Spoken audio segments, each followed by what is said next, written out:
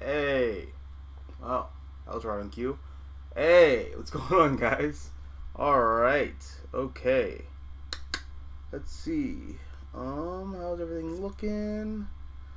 Um, what's going on, guys? Welcome back to Let's Talk Comics. I know it's been a while. But yeah, guys, lots changed. Not the room, though. But I've graduated college. I now have a job. So, yeah, just that's really the core reason as to why I haven't streamed the past couple weeks. Just a lot of real life stuff going on. So I just couldn't. I just couldn't stream, but now I can, and I'm glad I can, because I really wanted to talk to you guys, and yeah, I'm glad I'm glad we're back. Adam Guano says, "Hello, Beanie. The hood has missed you. Hey, I'm glad I'm back in the hood. Me and my green beanie. I know. I don't have it with me, but dude, bro, okay, it's like 90 degrees outside. I'm not putting a beanie on right now. No, I'm not doing that. No. But yeah. What are you guys reading this week? It's actually kind of a light week. I actually didn't end up buying anything this week. I saw that the Dark Crisis lead in or special release this week, but I just no, I'm not doing that. There was also what else came out this week? I don't know. It was a very light week in comics. Some cool indie stuff came out. I read the first issue of The Closet by James Tynion and I can't think of the name of that artist. But I think they're the same person who does Something Is Killing the Children, also with James Tynion. Pretty good first issue.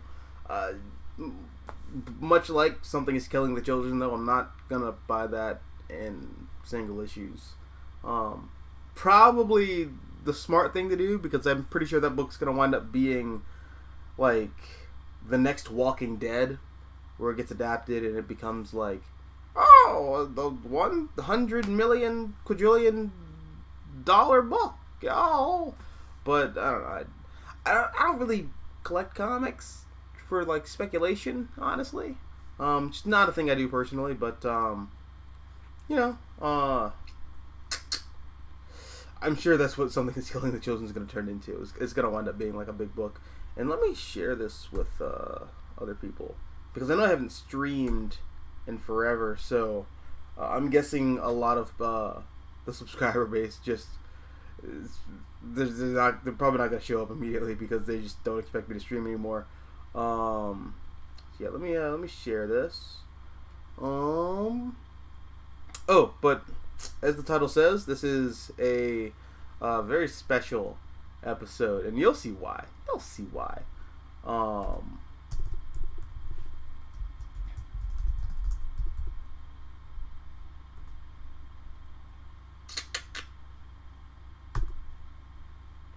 But Adam drops back in and says, thought people were overreacting for not knowing 50 years of lore, felt nothing. Oh, you're talking about Dark Crisis? Yeah, I actually really like Nightwing's conversation with John Kent in that issue, where John Kent's just freaking out oh no, the superheroes are all dead. My dad is dead. The Justice League is dead. Everything's gonna fall apart, Nightwing. And Nightwing's like, bro, Superman's died, Batman's died, Wonder Woman's died. All these superheroes have all died before. It's gonna be fine. Just give it time. They're all gonna come back. It's gonna be fine. I really like how what's his name? Josh Williamson. I like how Josh Williamson is not treating us like idiots. He knows what's up. He knows that we all know what's up. It's fine. Um, so that was pretty cute. But just beyond that, like, again, it's not on my radar. um, Tristan, hey, what's up, Tristan? How you doing? Tristan says, Mystical Green Beanie, you are back. The books I'm getting this week are Miles Morales number 38, Punisher number 1. Oh, you got a second print? Okay, cool. I think Punisher number 1 came out like last week or 2 weeks ago. Road to Dark Crisis number 1 and Batman Annual number 20. Batman Annual number 1.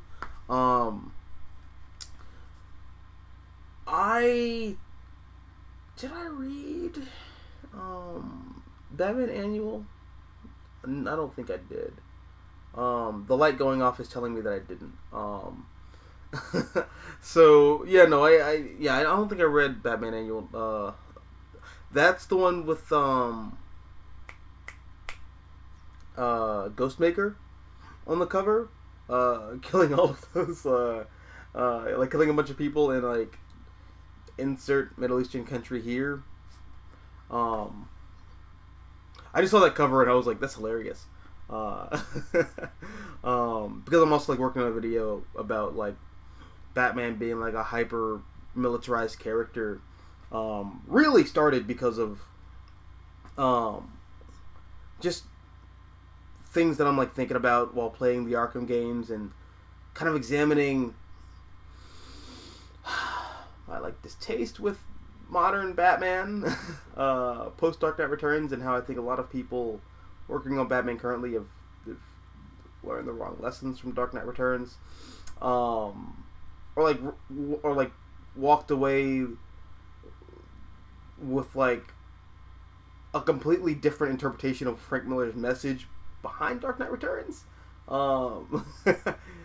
Interpreting Batman as like a soldier. Okay. So a lot of this stems from the big announcement, I think a couple days ago, where Ed Brisson, Ed Risen or Ed Brisson, I hope I'm not butchering the name, although I know I am butchering their name. But Ed Brisson is relaunching Batman Incorporated,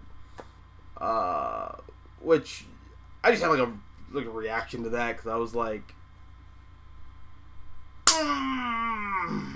as much as I really like that era because I'm like hyper nostalgic for Grant Morrison's Batman, the point of Batman Incorporated is that Batman turning himself into, or no, Bruce Wayne turning Batman, as like an intellectual property into like a franchise horror. That is bad. Taking ideas and making them intellectual property is bad because that means the idea cannot flourish into being what it is intended to be. And in the case of Batman, within the context of Grant Morrison's run, having Batman turn himself into like this McDonald's like corporate product, it means that Bruce can't be an effective superhero anymore. Nobody in the Bat family can. Nobody within Batman Incorporated can, because they lose sight of what being a hero really means. They stop caring about the people they're protecting, and they start caring more about the perception of the world and the marketing behind how their actions. I was going somewhere with that, but then my wording just kind of like destroyed the flow, that whole thought. But you get what I'm saying. Like, Batman Incorporated bad. Like, that was the whole point of Batman Incorporated. Batman being a corporate concept bad, and it shouldn't be done. And following that whole thing up with doing more Batman Incorporated, I think defeats the purpose of what Morrison was going for with Batman Incorporated, but we'll see. I guess.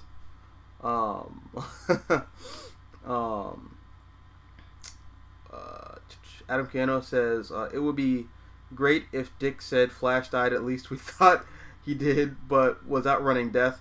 I don't expect you to believe me. Yeah. I also really like what he actually says in that conversation where, again, Josh Williamson just knows what DC fans are thinking. You know what? Josh Williamson is he knows what's up. Josh Williamson knows how DC fans feel about DC in general right now. Because when he's talking to John and he's like, yeah, this is how this hero's death was interpreted, this is how this hero's death was dealt with. And when he started talking about the Flash, he was like, yeah, and like when Barry Allen died, that sucked for Wally, but then Wally like really grew up, he had a family, and then Barry came back, and that actually kind of sucked for Wally. Yeah, it did. It did. Barry Allen coming back was the worst thing that could have happened to Wally West. But yeah, man, no, that there's some gems in there. You know, there's some real gems in Dark Crisis, or at least the road to Dark Crisis. Supreme Omega, hey, what's up, Supreme Omega? How you doing?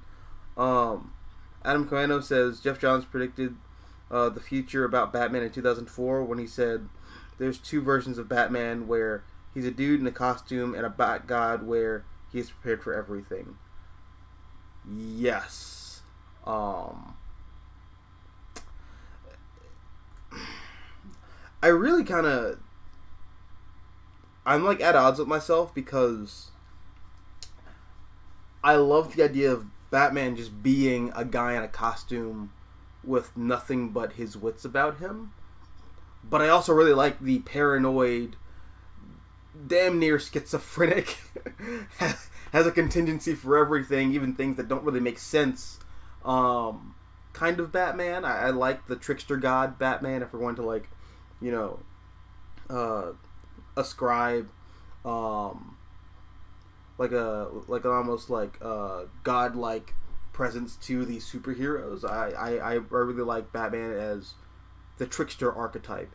If we're gonna break it down into not Carl Jung, what's his name? Hero's Journey guy. Joseph Campbell. If we're gonna break it down to like the Campbellian archetypes, Batman would be the trickster. Not to be confused with the Flash villain, the trickster. But yeah, no, like I'm kind of I'm at odds with myself again. I really like Batman as the ultimate like overthinker, because I think it really plays to like that kind of Sherlock Holmesian absurdist world's greatest detective kind of vibe I really like out of Batman. I just kind of resent how it's been turned into this like hyper militaristic, you know, might makes right, and might in this case is my ultimate intelligence, and how I built this robot to fight God kind of thing that Batman has turned into the past couple of years. Not a big fan of that version of Batman, I gotta say. But yeah, no, you're right. Jeff Johns did predict that. I mean, Jeff Johns even kind of did, if we're gonna be honest. Adam Coeno also says, speaking of DC, thoughts on Identity Crisis? To me, it had a negative effect on DC, leading to the New 52. Also, Tim never recovered when they killed his dad. I really hope I don't hurt your feelings with this, but I love Identity Crisis. Identity Crisis is like one of my favorite like superhero comic events. I understand the problems that a lot of people have with Identity Crisis. I understand that for a lot of people, Identity Crisis is the comic that is the poster child for the modern comics problem, where everything has to be like deep and introspective and dark and gritty. But as a story, I really like Identity Crisis. It takes like lore and characters and how do I say this? Okay. Identity Crisis is almost like not a DC comic. Identity Crisis feels like one of those like pastiche superhero comics that takes the archetypes of classic DC characters, but like tells a story deconstructing those archetypes, but it does it with DC characters. So basically Watchmen. Yeah. As I said earlier, shorthand by comparing it to Watchmen. But no, I really like it. I like how it pulls from established DC continuity. It plays with some of the tropes and trappings of Golden and Silver Age comics, but also in this like meta-narrative kind of way. It shows that there were consequences for those actions that were taken very lightly. Like, oh, the villain discovered my identity. I'm just going to wipe their memory. Well, okay. In comics, that's like a cool little like plot device so that, you know, Lex Luthor or like the prankster or whoever doesn't know permanently that Superman is Clark Kent. But like, actually, if you think about that in like a realistic kind of setting, that's like a pretty horrible thing to do to a person. Like, memory is what makes up our identity as people. You know, we take information in, and then we store that, and then we use that to make decisions about our futures. That's what makes up our identity. And wiping someone's memory, or even just like altering it and tweaking it here and there, you're fundamentally changing the nature of a person. And I like how Identity Crisis really plays with that idea and says, these heroes, are they really all that heroic and altruistic if they're willing to do this to people? And it really plays with that like gods and monsters idea that I think is ever present in DC Comics. Marvel Comics too, definitely Marvel Comics when you get to like the Avengers and stuff. But with DC, it's a little different. And I really like that idea. So yeah, I really like Identity Crisis. It's like one of my favorite DC comics, one of my favorite events. The art is fantastic in that comic. I almost said, damn, I can't. Who was the artist for that? I almost said Jim Lee, but it's not Jim Lee. Is it Ivan Reis? Is this like one of Ivan Reis's like first comics? Or like first big comics? I don't know. Someone drop me a sauce on who did the art for Identity Crisis. I like want to give them credit because I like the art in Identity Crisis a lot. A key detail in a key detail of the art in Identity Crisis that I really appreciate is how a lot of the superheroes, you can see their eyes behind the mask. That's a big deal. Because eyes are a window into the soul. For most of these characters, you don't see their eyes. It's just kind of like these white little like slit lenses. But in Identity Crisis, you see them. You know, it's almost like you're like peering into the humanity of those characters and how like flawed they really are. I think that comic's fantastic. I love it. I'm probably gonna do like a review. Again. I'm probably gonna do a review of that comic at some point. Kind of in the style of my Ultimates Defense videos. Because I think Identity Crisis gets a bad rap.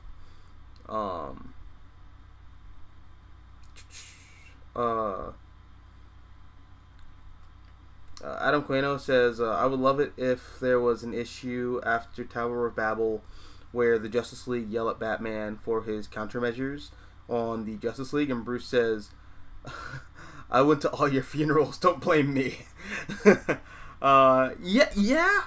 Yeah. No, like seriously though, I agree. That's something that I don't think people take into account with um, with Tower of Babel and with that whole well, this is pre-New Gotham, but that whole like early 2000s, late 90s era Batman, Bruce Wayne went through a lot. Like, he went through a lot from 1986 to like what, 2002.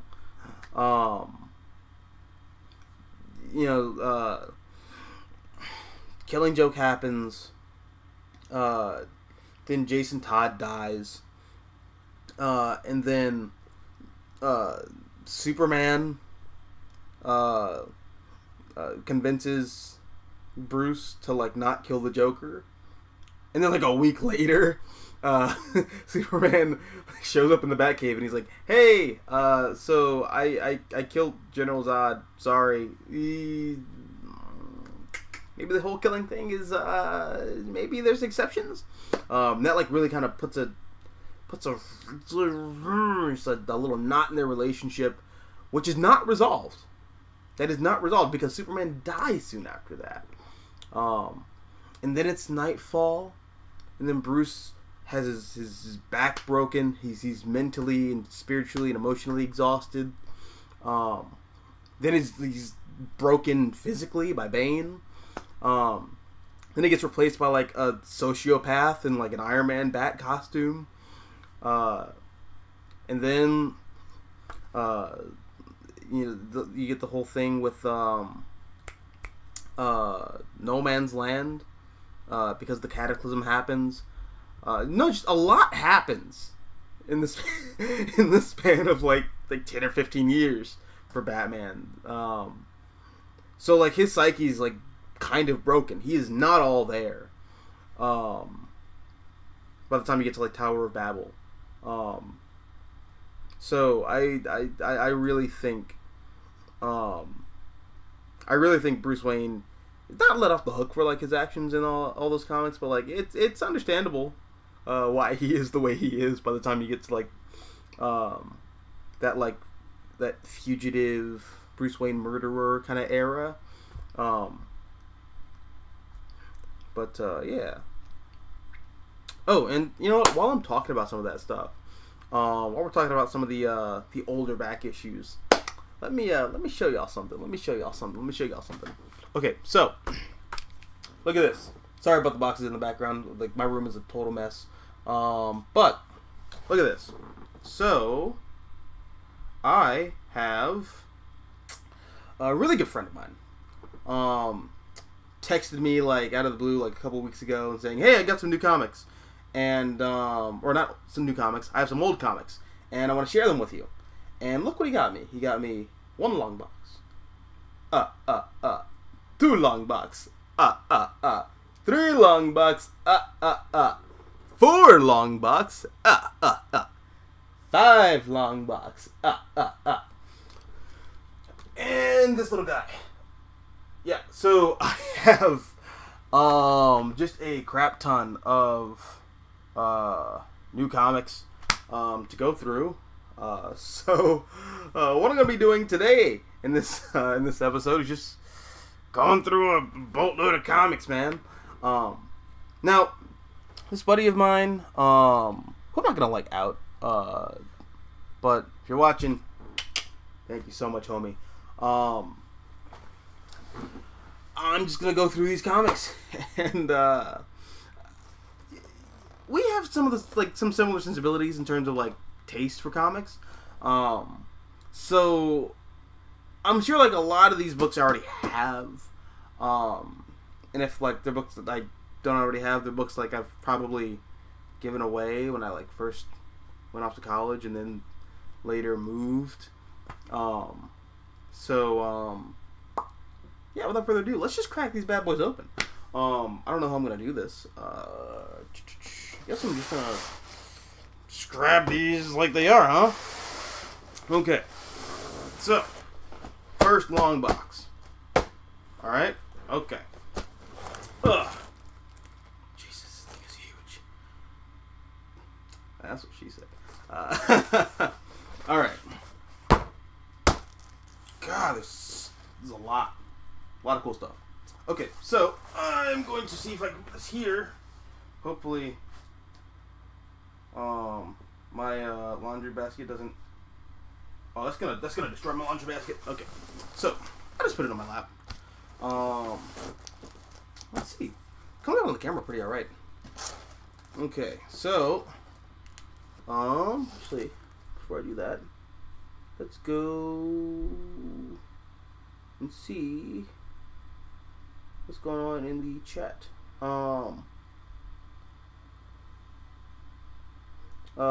Adam Keanu says, for me, I felt Avengers assembled House of M Identity Crisis in Sons Past went overboard with the retcons and events for stories. I agree, and those are all comics that I really kind of like. Well, I have a complicated relationship with Sins Past. I'm in the minority. I actually kind of like Sins Past.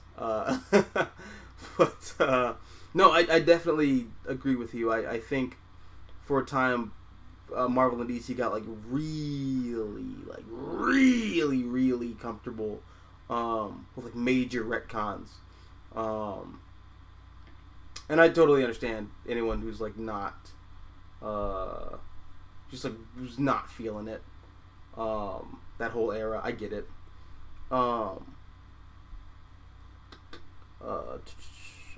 Supreme Omega says, but the thing is, Identity Crisis should have been an Elseworld story, not part of the main canon. I see that. No, I can 100% agree with that sentiment, and I can sympathize with it. I will say one of the big things I like about it is I love how it sets the stage for Infinite Crisis. That's like the big thing for me. I love how it sets the stage for Infinite Crisis, and I love how it sets the stage for all the stuff that goes down in... Is it 52 or is it Countdown? When Ted Kord gets shot in the head by Maxwell Lord. Like Identity Crisis sets up like a whole era of DC stories that I really like because it all leads up to Infinite Crisis, which is like one of my favorite comic events of all time. So that's like the only reason I would say I'm glad it's in continuity.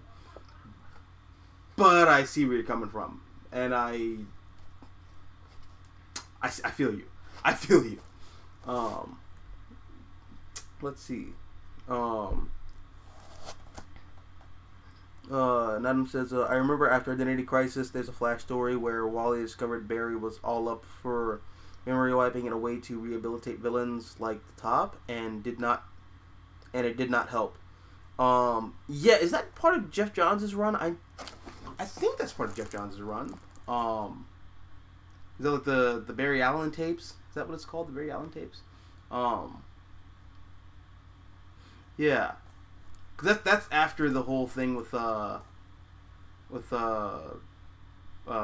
Zolomon killing Wally's children, I think.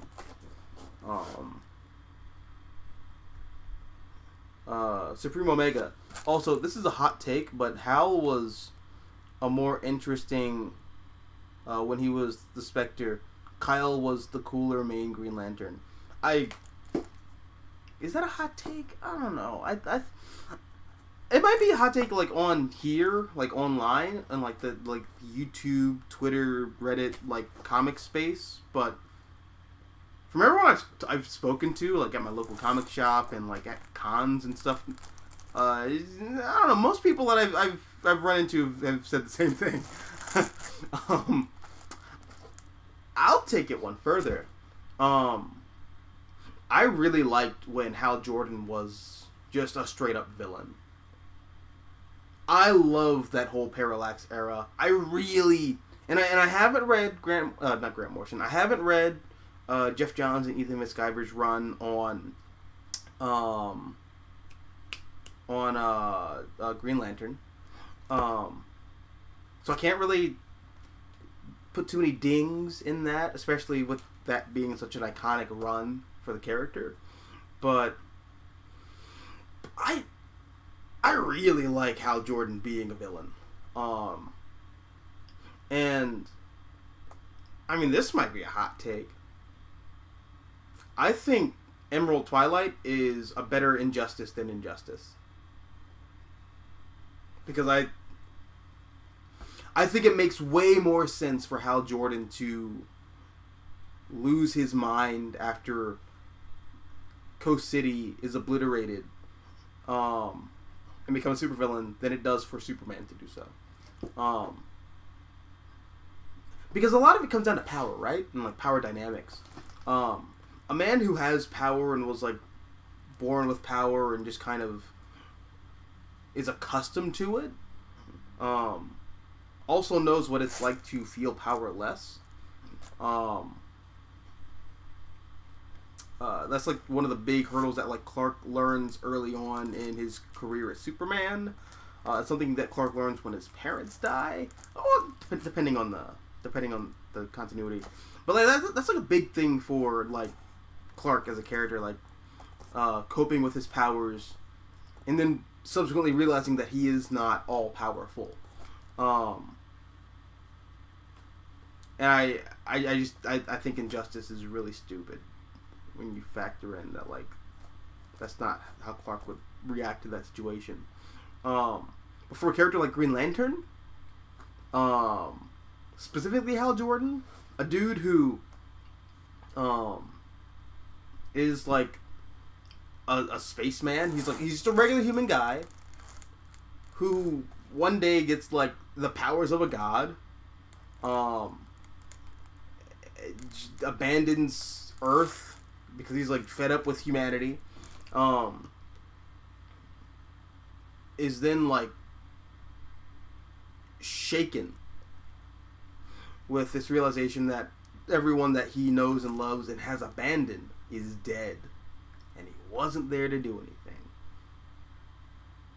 That puts a bullet in your power trip, doesn't it? Yeah, like no,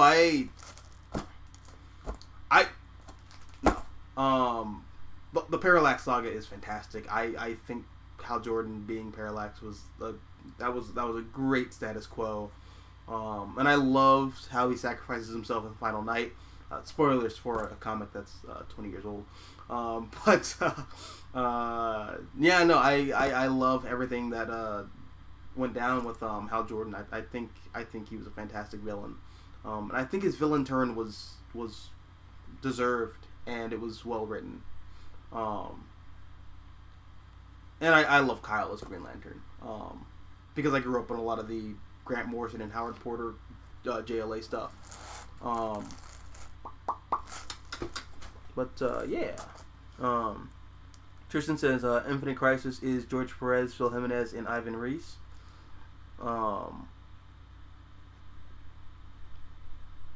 George Perez did art for Infinite Crisis? Huh.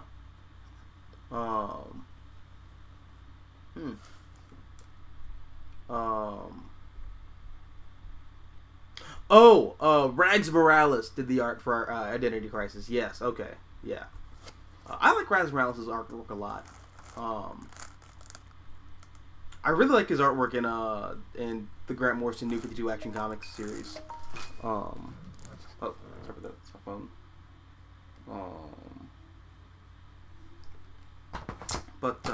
Alright, without further ado, let's get into this box. Okay. Tevia. Hey, what's up, Tevia? How you doing, buddy? Hello. Alright, so,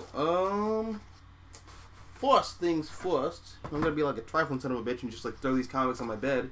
I need to do laundry anyways, who cares? Alright. We got, Runaways. Oh, sweet. Is this like, this is the first Runaways? It is! The first volume Runaways. Oh, wow. I remember these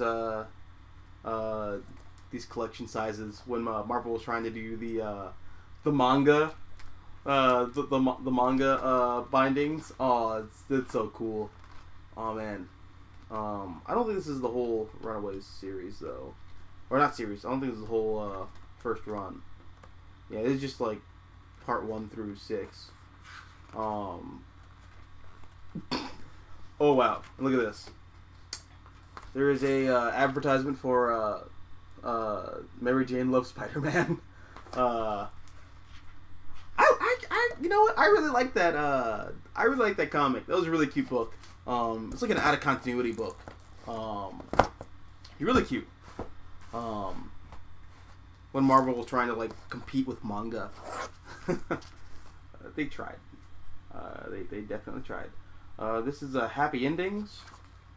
I have no idea what this is. Oh, is this Mike Mignola doing it? Oh, wow. There's like some cool Mike Mignola art in here. Look at that. If you can see it. Oh, wow. Oh, oh, this looks like an anthology. Okay. Yeah, fuck it. I'll try it. I'll try it out. Yeah, I'll keep that. Okay, let's see. What else we got? We got Bug. Oh, sweet. Okay. The Young Animal Bug series. This is by Mike Allred. Okay. Nice. And like all 6 issues are in here, or like all 5 issues, whatever the hell. Yep, all 6 issues. Okay, I'm gonna keep this. Yep. I'm keeping this. I'm an absolute sucker for New Gods. I love the New Gods so much. The New Gods are like just...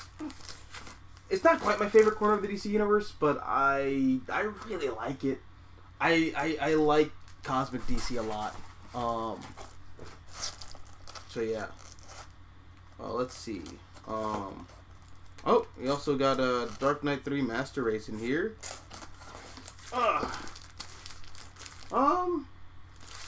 What did you guys think of Master Race?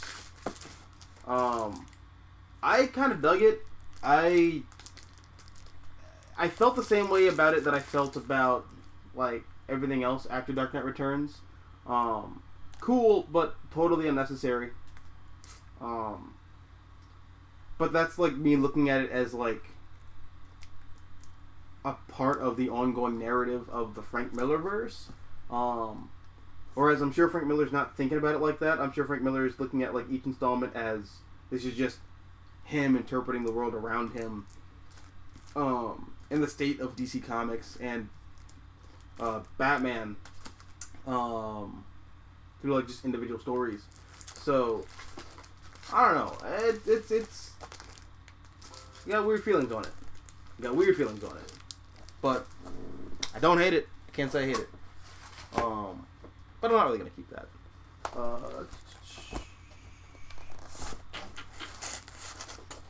Let's see. We also got the Avengers, some of the modern Avengers stuff. I think this is by Mark Waid. I love seeing the classic Avengers too, by the way. It's just a pure joy. It's really fun. Yeah, these are fun comics. These are really cute. Not gonna keep them because I already read through those. I have those, but yeah. Oh, this is Team Superman. Sweet. Oh, and you got the Huh. I don't think I've ever read these actually.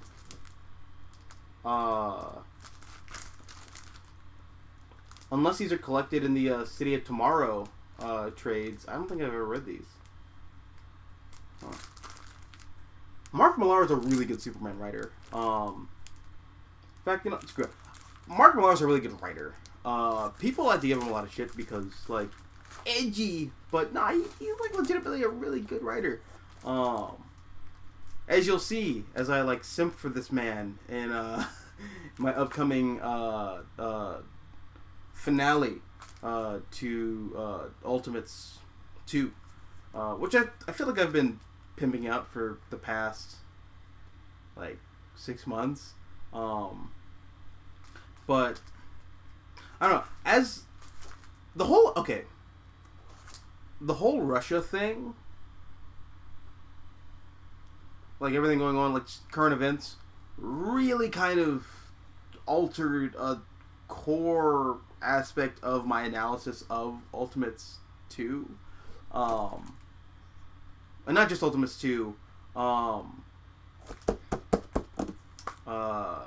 the comics that take place between Ultimates and Ultimates 2. So like Ultimate, the Ultimate Galactus trilogy, and Ultimates versus X-Men, just like stuff like that. Like the geopolitical landscape of like 2004 or 5 or whatever. Ultimately not all that different from the geopolitical landscape now, which I think is fascinating. Given how we've had like different political leaders in charge, we're still seeing the same problems in 2022 as we did in 2002, which I think is fascinating.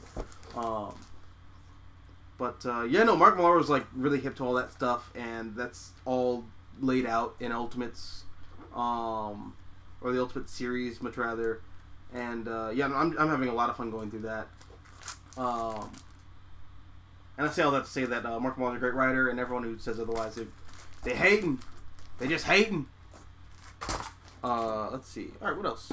Batman Leviathan Strikes. Oh, sweet.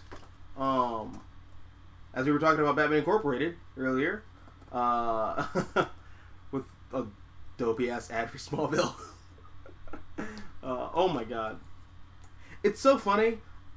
I really don't like Smallville. I think that show's terrible.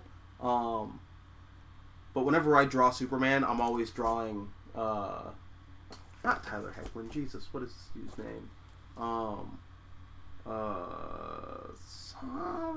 Tom Welling. I'm always drawing Tom Welling when I draw Superman. Tom Welling just has a Superman look to him, honestly. He was cast perfectly as the character. This whole thing though, Leviathan Strikes, this is really fun. And I love this Batsuit a lot. I think it's the perfect modern Bat costume. I think it's fantastic. I hate how it looks in video games though. Like, I don't know what it is about the Batman Incorporated suit in Arkham. Well, in Arkham City, the model just looks weird. I'm just not a fan of it. But in Arkham Knight, they make him look super muscular, which is very weird because like this Batman is not supposed to be super muscular. He's not supposed to look like a giant hulking like superhero. He's supposed to look kind of like just a dude in like armor, like a super spy kind of. I don't know. I don't like it. Personally, I would have as if I'm a game developer. But I would have preferred if they used the body model for the or like the body type model that they used for what is it? Damn it! What's that suit called? The Arkham like the traditional like the Arkham Knight like base costume. I think that model would have been pretty good.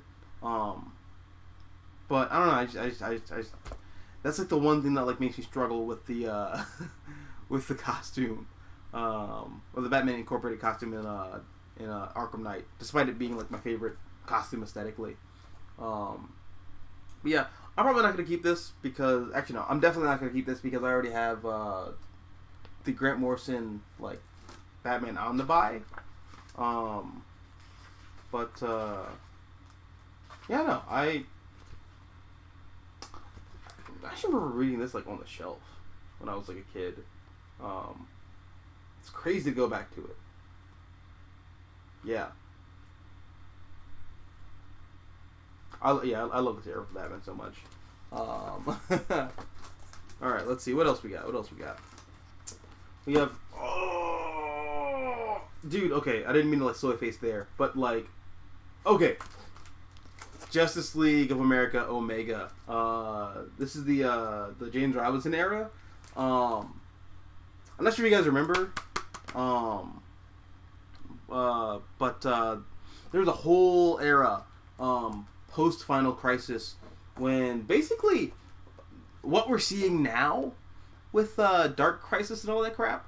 Look, not crap, but just, you know what I'm trying to say. But like basically, after Final Crisis, there's this whole era where all of the main heroes, like like Bruce Wayne, Clark Kent, Diana Prince, all of them just kind of yoink. We're gonna go do major epic, godlike stuff. We can't really hang around you guys. But the Teen Titans. How about this? How about you guys lead the Justice League? And that's what this era was. This was when Dick Grayson is Batman, Supergirl, Donna Troy, Wally West. Although Wally West is already on the Justice League, but Beast Boy. I think Raven too was on the Justice League. The team, the legacy heroes, they became the Justice League. And then New 52 happened, and through that whole era. And the trash can. But no, dude, this is a really fun status quo. I like this a lot. I'm not surprised my buddy had this in his collection. Again, we have very similar sensibilities in comics, but yeah, no, this is great. I love this, and I don't have this, so I'm gonna cherish that. Oh wow, Green Lantern, Rise of the Third Army. I think this is Jeff Johns. Yeah, this is Jeff Johns. And this is New 52 era Green Lantern. I have no context for this whole era, because I never read. I never really read a lot of the Jeff Johns Green Lantern stuff. I see Simon Baz here though. Oh, this is a cool shot. Is this this looks like Doug Monk doing Justice League right there, with Simon Baz looking at the Justice League. That's a really cool image. Wow, sweet. You know what? Okay. Controversial take. I actually really like the New 52 Superman costume. I don't know. Maybe I'm just broken. I like the t-shirt and jeans look, and I like the Kryptonian nanotech body condom look. I think it looks really cool. I like it a lot. I know a lot of purists hate it, but fuck man, what can I say? I think it looks cool. Especially when it's drawn by the right person. Like when Jim Lee was drawing it. When Chris Burnham drew it. Oh yeah. McKelly and Ian, maybe not. Ivan Reese, maybe not. But Aaron Cruder, oh yeah, or Tony Daniel, especially during that whole that post-Morrison Action Comics era. With the what was that really stupid, forgettable storyline? With the bee chick, Hive Mind lady. That art still looked really good. I think that was Tony Daniel at least. Yeah, the New 52 Superman costume looked really great. I see Tevye calling me a heretic. You know what? Sure, I'll be the heretic. I'll take the L on that one. I think it looks great. Me with my loser sign. Or wait, hold on a second. It's mirrored, so I guess me with my loser sign. Let's see. Let me get back to some of these chats real quick. Oh, sweet. So Supreme Omega says, oh wait, actually Tristan. Let me go back up to Tristan. All right, so Tristan says, did you hear the news that Connor Kent won the round robin tournament? Happy for the guy. I am too. I love Connor Kent.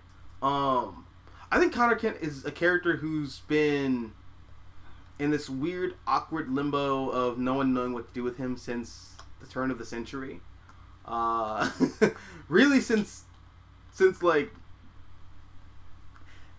Peter David's Young Justice run ended, no one's really known what to do with Connor Kent. It's really sad. You can tell when the change happens, when he changes his costume, which, if I may, biggest downgrade of the century so far. Absolute downgrade. You cannot tell. I like the Connor Kent look and how it looks in Young Justice, the TV show. I think it works for that version of Connor Kent.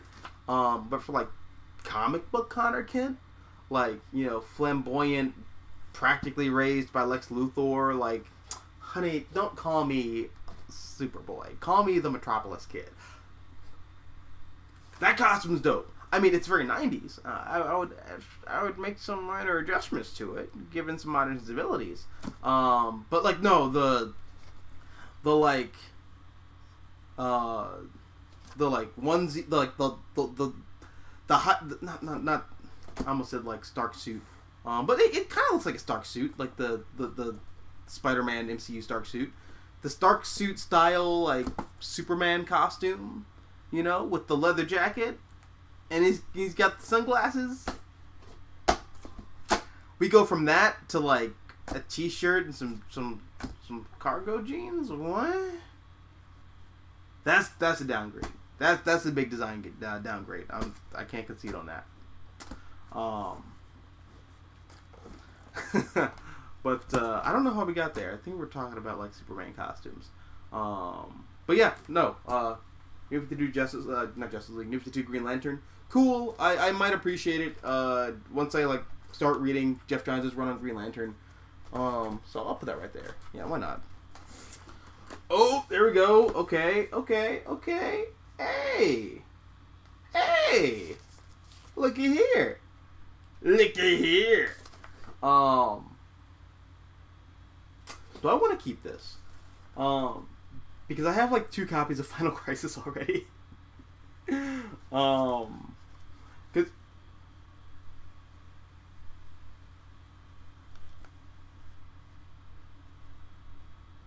holy shit, dude.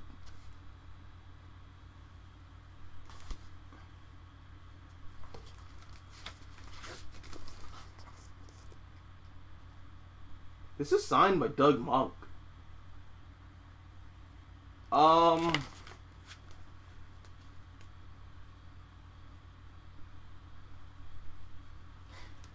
gonna hit my buddy up and like ask him if he wants this back.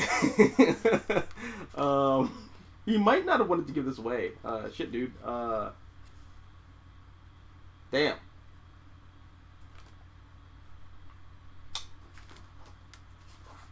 Yeah, I might hit him up and be like, hey, you might want this back. But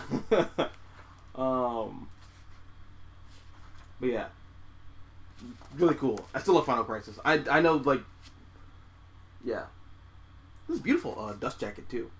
But yeah, Final Crisis is like my favorite DC Comics event. Like quintessential favorite DC Comics event. Like I think this is the definitive like DC comic story. But wow, yeah, signed, cool. I wonder what's in here. That's the problem with a lot of printings of Final Crisis. This comic's been like printed and reprinted like 8 times, and there's like different content in every printing of Final Crisis. So I don't want to like keep this, and it's like basically the same as the copy that I have sitting on my shelf right there. But yeah, it is really cool. Let's see. Supreme Omega says 90s DC is the best DC when the legacy characters got to shine. Justice Society of America, Titans, Young Justice, JLA. Also, Wally and Kyle are my Brave and the Bold. I see you're a man of culture as well. I clink my glass to you, good sir. I clink my glass. Let's see.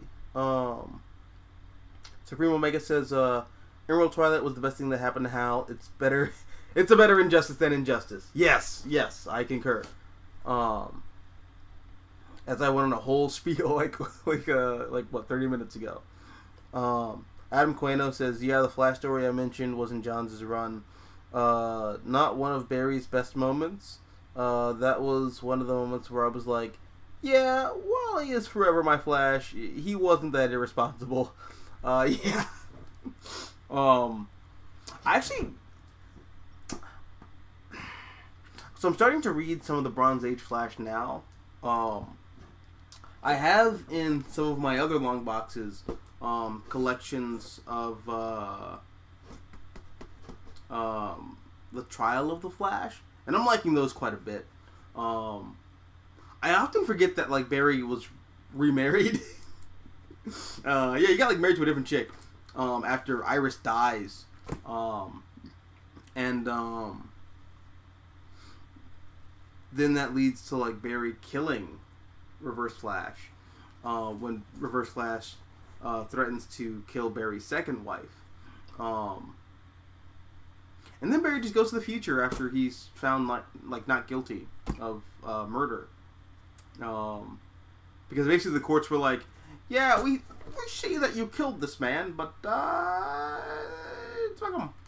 Who cares? It was Reverse Flash. He was a homicidal maniac. We don't care. You're free to go. And then Barry just goes to the future where Iris is like perfectly fine. But like, what happened to Barry's second wife? If I was working at DC Comics, I would bring her back. I would bring back Barry's second wife. But yeah. What's this? The Max Immortal? What the hell is this?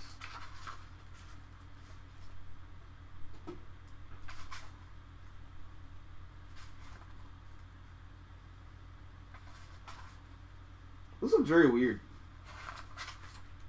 I kind of oh, wow, this is... Alright. This is horrifying. And I don't think I can show this to you guys. Out of fear of this video getting struck down. But that looks cool. So I might keep that. Let's see. There's Orion, the Gates of Apocalypse. Oh, Walt Simonson. Sweet. You know what's funny? Outside of Thor, I haven't been able to get into a lot of Walt Simonson stuff. I don't know what it is. I've met Walt Simonson at Baltimore Comic Con. He's a really sweet guy. I met Walt and Louise. They're very sweet. I love his Thor. But just like I kind of struggle with like some of his other stuff. But you know what? I'll give this a shot as like a gift. Yeah, I'll give it a shot. Yeah, hell yeah, why not? This looks okay. Again, it's Walt Simonson being Walt Simonson. This art is fantastic. Look at this, right? That's actually a really cool looking Darkseid. I know people like probably like goof on it because it has like, oh, there's spikes on it and it's so edgy, but like, yeah, it is edgy and it looks cool.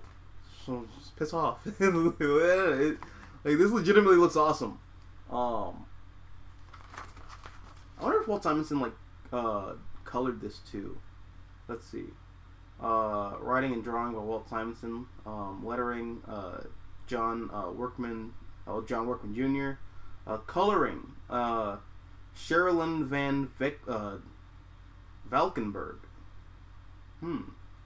Sherilyn Van Valkenburg. I don't know who that is. I can't say I recognize that name, but it looks very, very pretty. Yeah, man, I'm gonna hold on to this.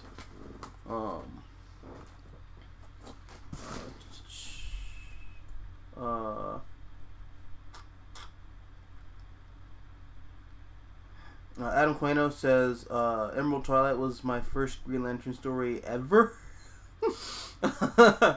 And to this day, it's still my favorite Green Lantern story after reading loads of runs.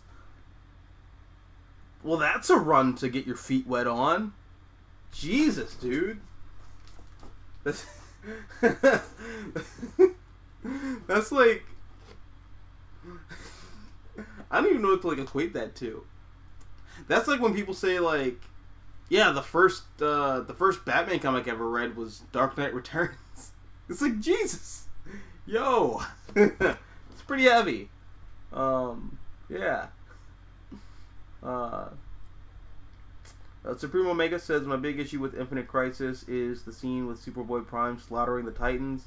Kind of hypocritical for Johns to decry darkness in comics, yet indulge that darkness.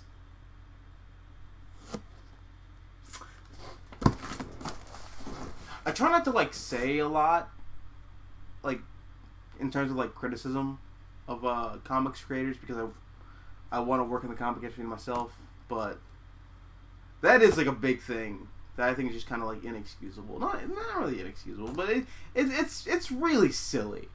It's really silly how Jeff Johns is like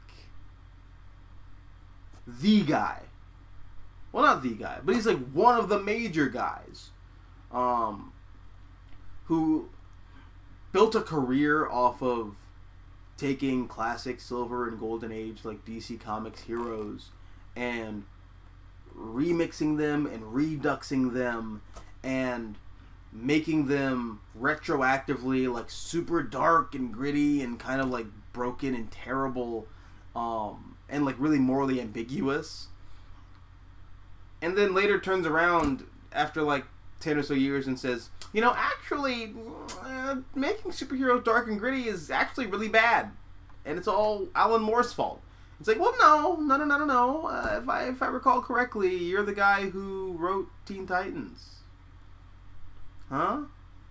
Didn't you open your Teen Titans run with Bart Allen getting shot in the kneecap by Deathstroke? If I recall, you're the one who had Pa Kent like killed by Brainiac, and then Clark has like a whole fantasy where he like breaks into Rikers Island and beats Brainiac to death, and it's like a very graphic like 4-page sequence. Superman just like walks into the prison, kills all the guards on his way, then beats Brainiac to death. Oh, but superheroes aren't meant to be dark and gritty. Okay. No, I just think that's very weird to establish a tone and then complain about the tone that you established. Mind-boggling. Yeah.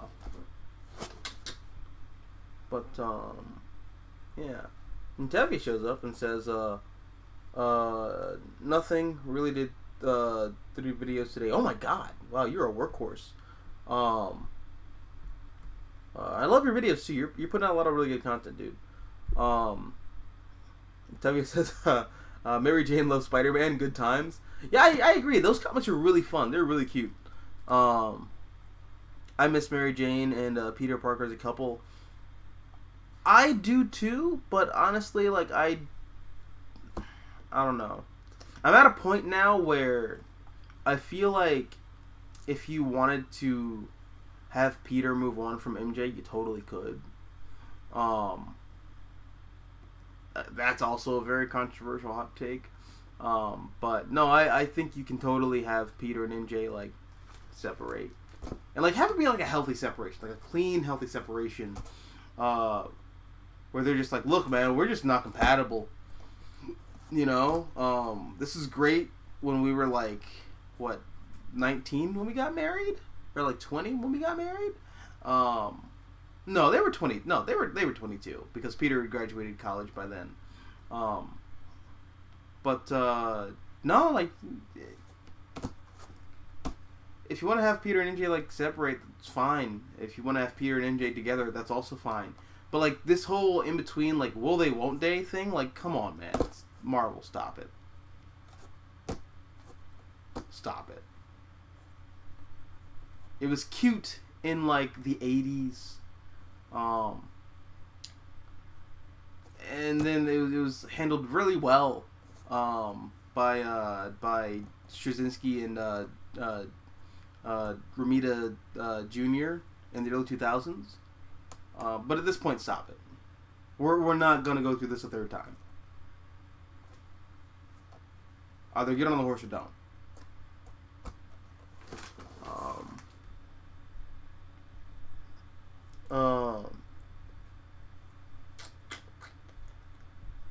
Any opinion on the New Gods appearing in Young Justice Season 4? I'm liking it a lot so far. I'm watching it with my girlfriend right now. It's funny, we're watching it, and she actually asked me, like, because I like got her hip to a lot of the DC cosmic stuff with Tom King's Mr. Miracle, which she really liked, especially like the Mitch Gerads art. But she's like, okay, where's Scott Free during all this? And I'm like, you know, with Big Barda being like still one of the female Furies and like still being evil, I think Scott's like still suffering in the X pits, just burning alive in like eternal torment, trying to escape. We just like had a psychotic laugh fest for like 5 minutes after that. But yeah, no, I'm really liking a lot of the New God stuff. I love that there's like a big spotlight being put on Orion. Orion's a character that I don't think gets enough spotlight, and I think he gets a bad rap. I think a lot of people like look at Orion as just like, well, you're the bad guy because you're a jerk, and it's like, well, no, Orion's not just a jerk.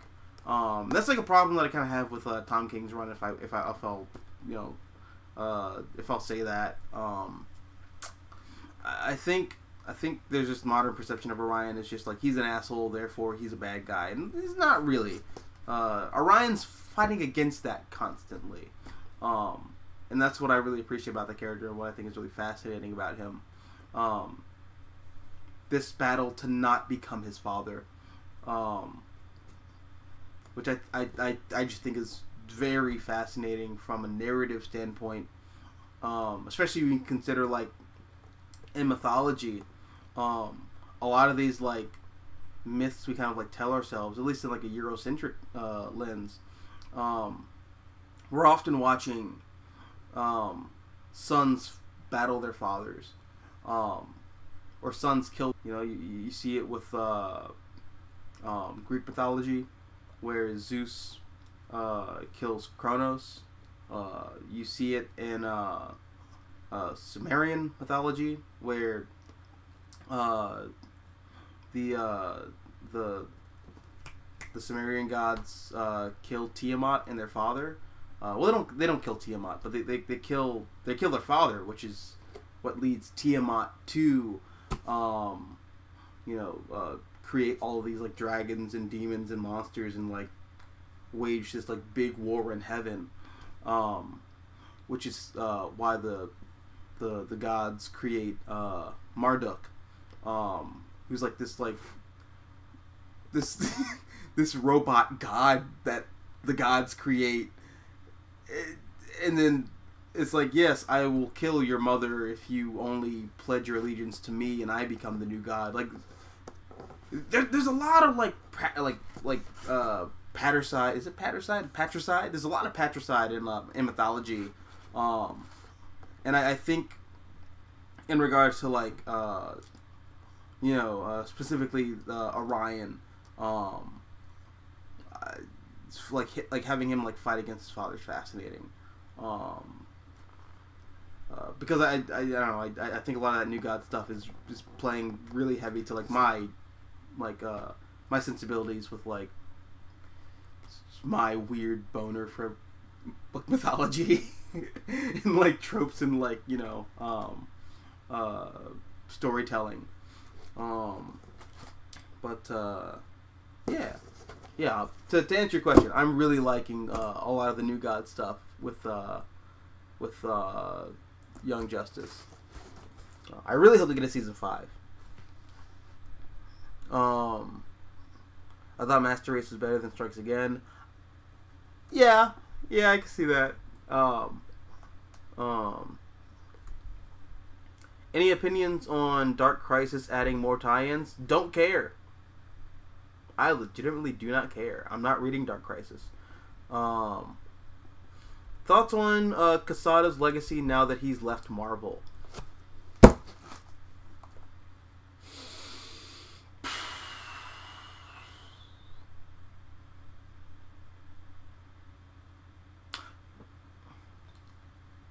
So I can answer this one of two ways. I can answer this as a Spider-Man fan, and I can answer this as someone who loves comics as a medium and has a deep reverence for the industry. As a Spider-Man fan, I'm like, hell yeah, get that guy out of here. He created One More Day, screw him. But as, you know, the comic book fan and comic book lover that I am, Joe Quesada did a lot for comics. And when I say that, I don't just mean Marvel comics. I mean Joe Quesada did a lot for comics, like the industry. Like, he's the one who, well, first of all, we would not have Kurt Busiek in the late great George Perez's JLA Avengers without Joe Quesada. Really, like, putting boots on the ground to, like, make that shit happen. We wouldn't have had Brian Michael Bendis's, like, masterful run on Daredevil without Joe Quesada. I love Straczynski's Spider-Man. Straczynski would not have done anything at Marvel if it wasn't for Joe Quesada. We also we wouldn't have had the Ultimates, I don't think, without Joe Quesada, because Joe Quesada, along with Bill Jemas and Avi Arad, and like those guys, they really, like, helped put together the Ultimate Universe. And Joe Quesada is also the guy who he's the one who started the whole, like, pace for the trade, which I know some people have a problem with, but I mean, the way which comics are, like, read and collected now, I don't know, man. I think the whole pacing for the trade thing, like, really works, and it's really well received by a lot of people. It also helps new people get into comics way easier. No, I have a huge deal of respect for Joe Quesada, and his legacy at Marvel Comics is unparalleled. In fact, I think Joe Quesada,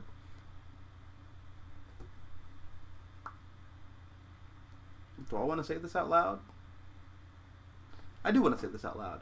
I think Joe Quesada might have a more impactful legacy on Marvel Comics than Stan Lee. I think it does. Yeah. I have a great deal of respect for Joe Quesada. You know, whatever he's going to do next, whether it be retiring, which I think is well deserved, or, like, starting a new company, or, like, doing something else in the industry, I'm fascinated to see what he does next. I'm fascinated to see what he does next. So yeah, I have a lot of respect for Joe Quesada and his legacy at Marvel Comics.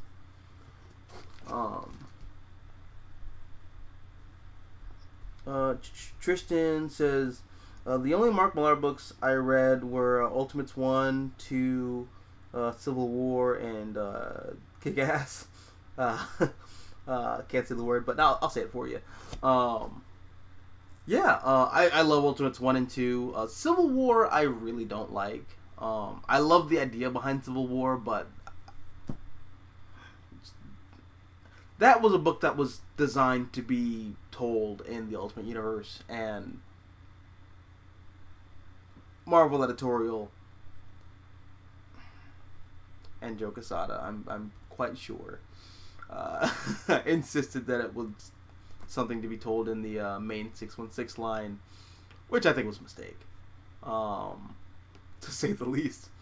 Um, and Kick-Ass. I love Kick-Ass. I think Kick-Ass is like one of my favorite. That's one of my favorite comics. I love it. Supreme Omega says, part of me wished that DC had the balls to keep Superman dead, because it would have been interesting if the Superman franchise was led by Steel and Superboy. That would have been fascinating. That actually would have been really fascinating. Very weird to see where DC would have been today if they kept Superman dead. Very weird. Let's see. Oh, okay, cool. Nobody else had Kieran Gillen's Uncanny X-Men in there. This is like all the like weird like Mr. Sinister stuff, like the way Mr. Sinister is in like House of X. That kind of starts here. So yeah, I mean, I've already read this, but yeah, this is still really cool, fun comics.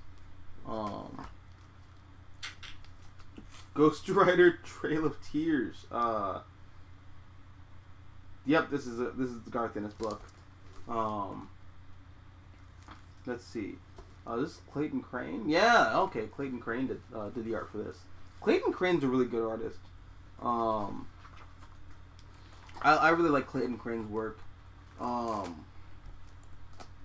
He's one of those guys who's like, I do comics, but I don't do superhero comics because superhero comics are stupid. At least this is the vibe I get from him. But yeah, I like Clayton Crane's work a lot. You know, stuff like this is cool. I would love to see Clayton Crane do something like Warhammer, though. Like, can you imagine like Clayton Crane's artwork on like a Warhammer comic, like 40K? Yeah, boy, I would love to see that. But yeah, Clayton Crane's like one of those like underrated artists in my opinion. Let's see. Any opinion on the Gotham Knights TV show? I'm not gonna watch it. Looks really stupid. Arkham City suit. Oh yeah, the like I think we were talking about like the Batman Incorporated like character models in Arkham Knight. I think the character model they use for the Arkham Knight version of the Batman Incorporated costume, it looks too bulky. It looks too. It's not what I would have done. It's not the one I would have chosen. I would have chosen like the default like character body model, because I think for Arkham Knight they have like 4 different body models for Batman. There's like there's the regular one, the base one for the game, which is like a slim but buff one. Then there's one that's like slim, but like a flat butt. I don't get why they did that one, but then it's slim but fat butt, or like flat butt. Then there's a third one where it's like the Dark Knight Returns one, where it's like super big, and you know, so I think it's actually just 3. No. Then the 4th one. The 4th one is the like weird jackhammer body where like he's super buff, but also the flat butt. It's weird. I would not have picked that model for the Batman Incorporated costume. Just, I don't know. Weird. But yeah. Tell says I hated the New 52 Superman armor. It was so bad.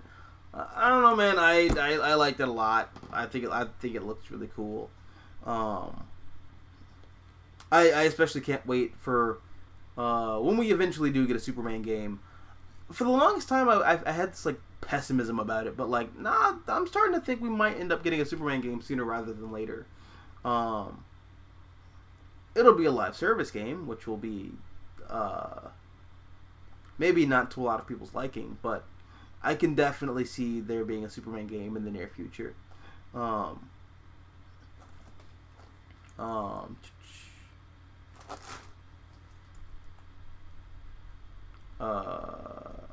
I wanted Connor and Superboy John Kent to become brothers because that would have been really fun.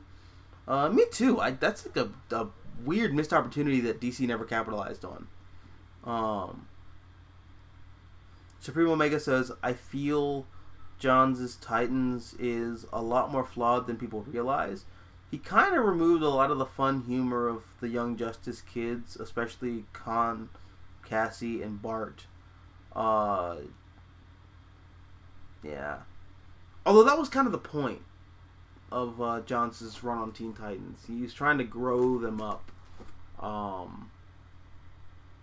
And again, it just kind of goes back to that like weird criticism that we have, where it's like, you're the one who like introduced superheroes being like dark and edgy and moody, and you built your career off of that, and now you're just kind of like, oh, that's bad.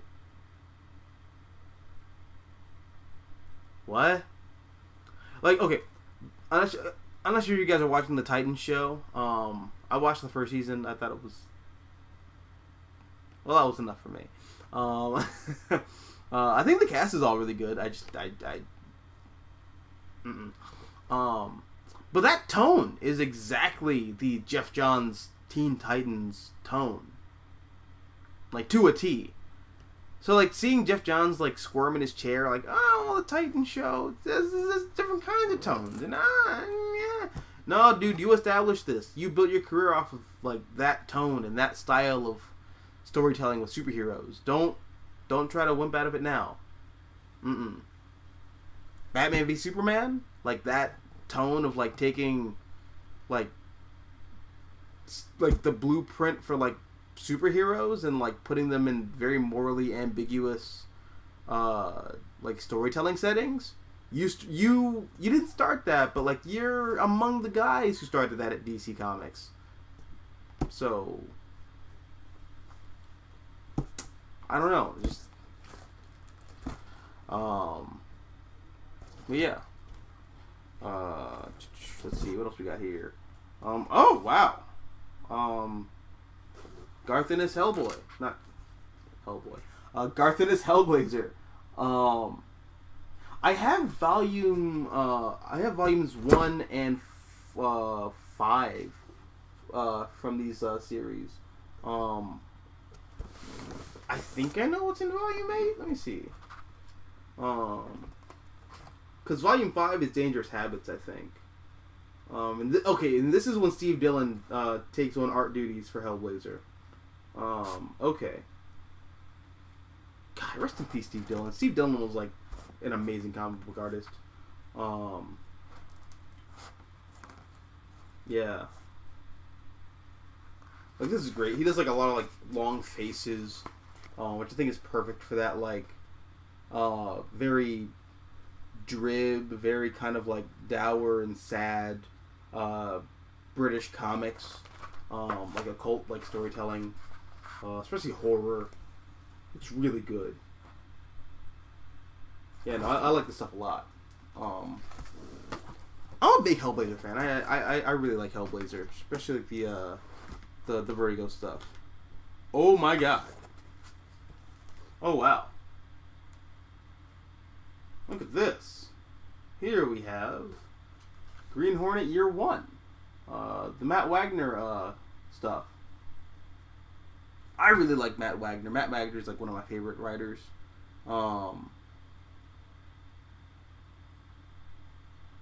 I don't know why, but like my brain immediately went to Batman and the Monster Men and Batman Mad Monk. I really want those to get like reprinted. Yeah, Matt Wagner's a really like he's really good. I like him a lot. Oh, sweet. I don't know what this is. The Five Fists of Science. Never heard of this, but I see Matt Fraction's name on it, and I'm kind of excited because I like Matt Fraction a lot. The art's really cool too. Yeah.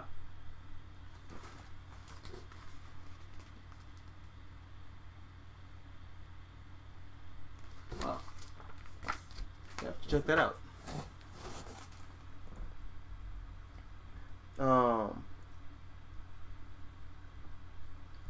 New 52 Superboy suit sucked. I can see that. I don't hate it. The only problem that I have with it is that there was no leather jacket. That's the real problem with the New 52 Superboy suit.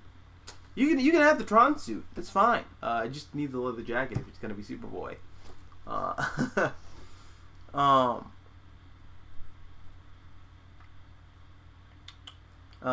Toby says, I'm just glad that Wally West is back as my Flash again, and he's teaming up with his family. I agree. I think the Jeremy Adams Flash run has been like really fun.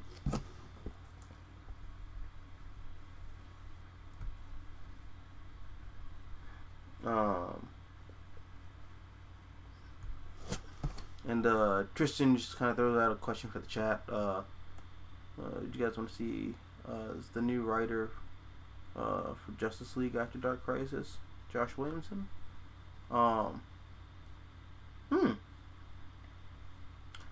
I think that's like the next logical choice, right?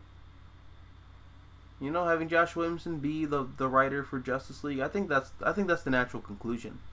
In the same way that like Scott Snyder went from writing Metal into writing Justice League, which then kind of concluded with Death Metal. I think that's gonna happen. Supreme Omega says the thing about pre-crisis Barry is that he is a hardcore conservative. He supported the death penalty and had no shame of snapping Eobard's neck. Yeah. And I don't really like that that's been double backed on. Like, I don't like that DC's like walked, like they kind of like they kind of like walked away from it when they brought Barry Allen back from the dead. But no, I would have leaned into that more. Like highlight a real difference between Barry Allen and Wally West. Yeah, I think that would have been interesting, but I guess Jeff Johns didn't want to do that with Barry. Which is ironic because Ethan McIver did the art for a lot of that era for the Flash, and Ethan McIver is a pretty hardcore conservative, to say the least. But yeah, no. I think that would have been cool, but oh well. Toby says pre-crisis Barry was confusing. Yeah, well, I wouldn't say that confusing, but yeah. Supreme Omega says, I also recommend Bronze Age pre-crisis Superman. That era shows that you can do serious grounded Superman without sacrificing the Silver Age mythos. I have a giant box on my lap, so I'm not going to get up right now, but I do have some Bronze Age Superman on that shelf. I have some of the Alan Moore Superman comics, and I also have Kryptonite Nevermore, which I think is the that's the first time we see Neil Adams do a DC, no, not a DC book. That's like the first time we see Neil Adams do Superman. That stuff's really fun and also like really kind of serious. You know what? Even the like Jimmy Olsen, like Superman's pal Jimmy Olsen stuff by Jack Kirby, which is Bronze Age. That's pretty serious, man. You know, that's it's still got that like Silver Age kind of like wackiness to it, but like story in terms of like storytelling, no, it's still kind of relatively gritty, you know, given the times. All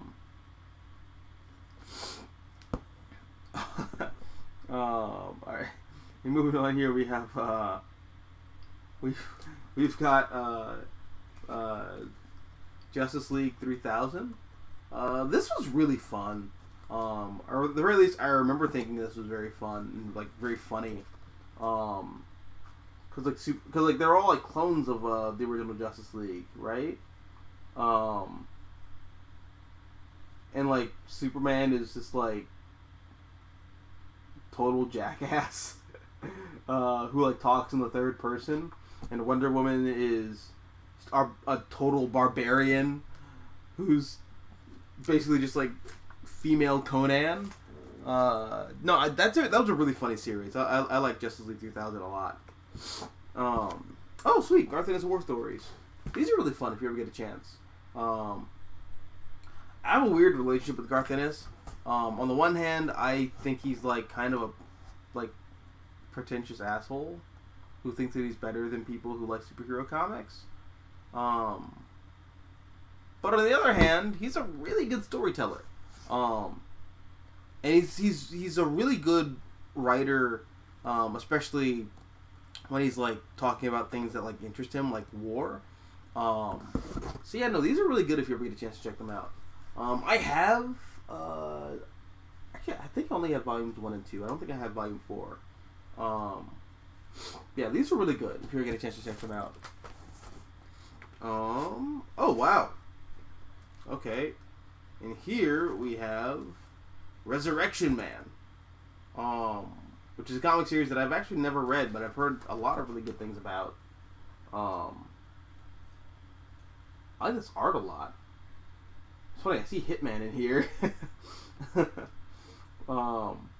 I see Batman too. So this tells me exactly like what era this is in. Wow, sweet, that's pretty cool.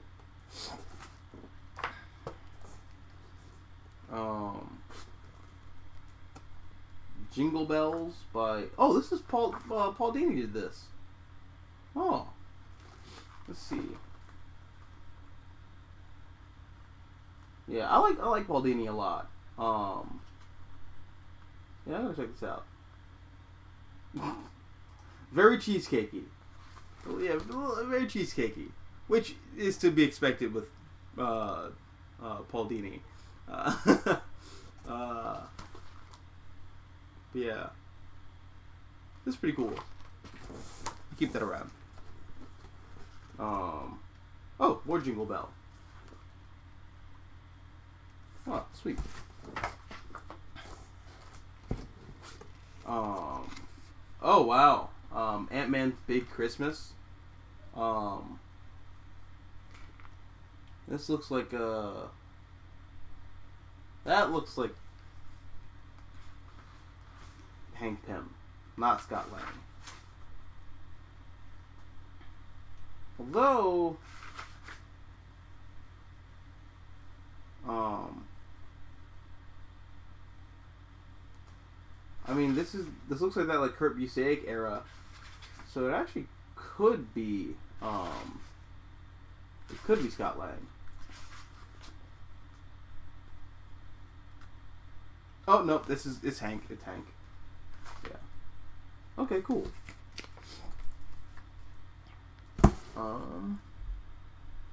Albert says hello. Well, hello to you, Albert. What's up?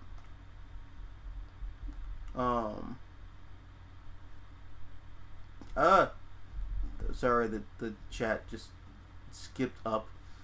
Oh, Josiah. Oh, what's up, Josiah? How you doing, bud? I didn't see you in the chat earlier. Mystical Green Beanie, I thought you were dead, man. Only in my soul. That's the thing they don't tell you about college. After you leave, you just kind of feel unaccomplished, even though you've accomplished like a major life goal. But yeah, I guess it's because I am lacking sleep. I still have to make up for all the sleep that I lost in college. But yeah, no, I'm just dead on the inside. Outside's pretty good. Just inside, yeah. Okay, but yeah, let's go down. Let's go down. Toby says, I recommend Superman Rebirth because that series is really awesome and tons of fun. Yeah, Superman Rebirth is pretty fun. And technically, Pa Kent died of a heart attack. That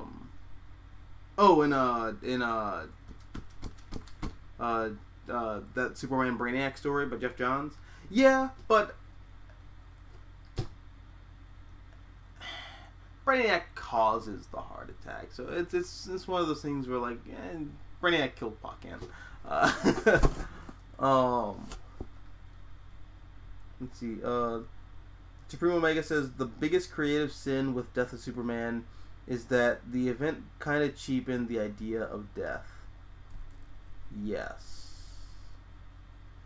Yeah. And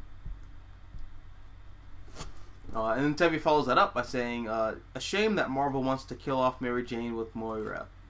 I feel like that's a red herring. I don't know if that's going to happen or not.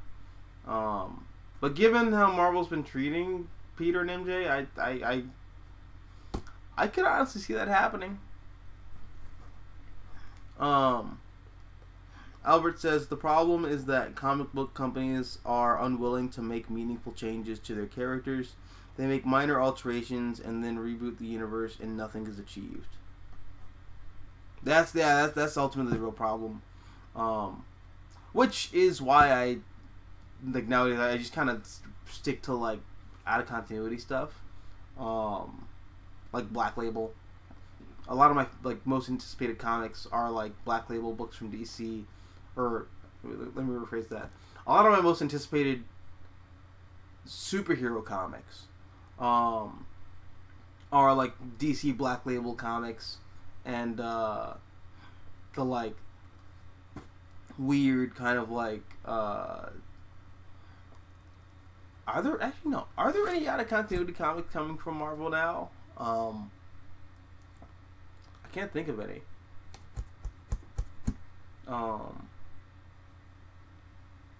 No. There is some cool stuff happening in continuity with Marvel though. Like I really like the current Christopher Cantwell Iron Man book. I think that's been really cool. But like I'm in a minority apparently. I think like everyone else hates that, but I love it. Daredevil is also really good right now with Chip Zdarsky. X-Men fell off hard. I'm sorry, X-Men fell off really hard. I might get back into it with like that whole Judgment Day event by Kieran Gillen, because Kieran Gillen's also writing the Eternals, which I really like the first volume of at least. I don't know. I'm not reading a lot of Marvel currently. Which kind of sucks because I like Marvel a lot. I was like one of those kids back before I kind of hit my like really jaded like cape shit is cape shit kind of attitude. I used to call myself a Marvel kid, and it sucks that like I'm not reading a lot of Marvel right now. Let's see. James Robinson's Witchcraft. I read this a couple years ago. It's cool. Not quite my thing, but still really kind of cool. Yeah. Oh wow. Bendis Avengers. I had no idea my buddy had this. We share a lot of the same sensibilities, but on this we do not, because I don't like this at all.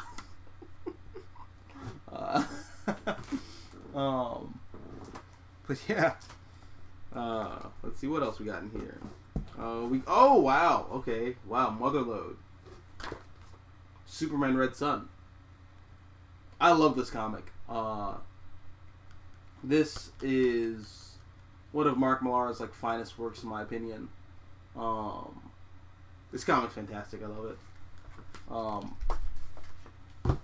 A real shame that the animated movie is like not great. Oof.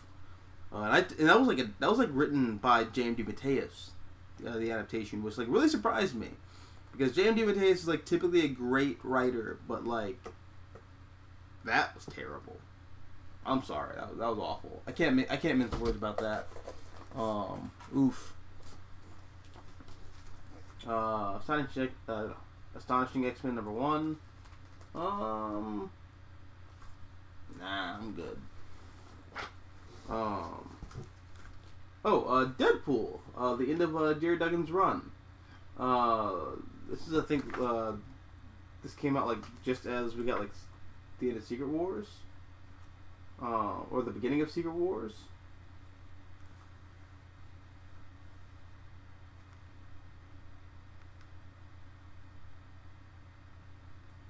No. This is post Secret Wars. This is like leading into Secret Empire. Okay. Still really fun though. Yeah, I like this stuff a lot. Really cool. Generations Hawkeye. Yeah, I have this already. Youngblood. I also have this already. I like this specific variant too. The Alliance Comics variant. My local comic shop. So I have that already. Black Panther and the Crew. I'll be honest, I read this and like I thought this was like insanely racist. Look, man. I'm not sure how many of you guys are black in the chat, but let me just tell you something real quick. There is a difference between Africans and African Americans. We see each other very differently. Very different culturally. And I always think it's hilarious and very racist when major companies do the whole like, yes, and all the black people get together because they all know each other and they all hang out at the same soul food restaurants. And what are you doing? What is that? What the hell is this? No, I'm sorry. Embarrassing. Really embarrassing. See, we got Warren Ellis, Strange Killings here. Huh. I like Warren Ellis a lot. So I'll check this out. I actually just got a copy of Black Summer. It's a Warren Ellis comic, and I can't remember who the artist was, but yeah, I like Warren Ellis' work a lot. I know that he's canceled. I know that like everyone hates him now, but you know, it's funny. The stuff that he's canceled for, like, is stuff that we all already kind of knew about him. Like a cringe, like Alpha. I'm the atheist Alpha. Oh yes. Like, I'm really not surprised by like all the stuff that came out about that guy. He just seems like it's like the Joss Whedon thing, like all the stuff that Joss Whedon got like canceled for. It's stuff where you're just like, yeah, if you listen to him in interviews and like the way he talks about things and people, hell yeah, he's exactly that kind of guy. I don't know why anybody's surprised. But yeah, no. Let's see. This is some Brian Azzarello Hellblazer stuff. I was not a big fan of this era, if I'm gonna be honest.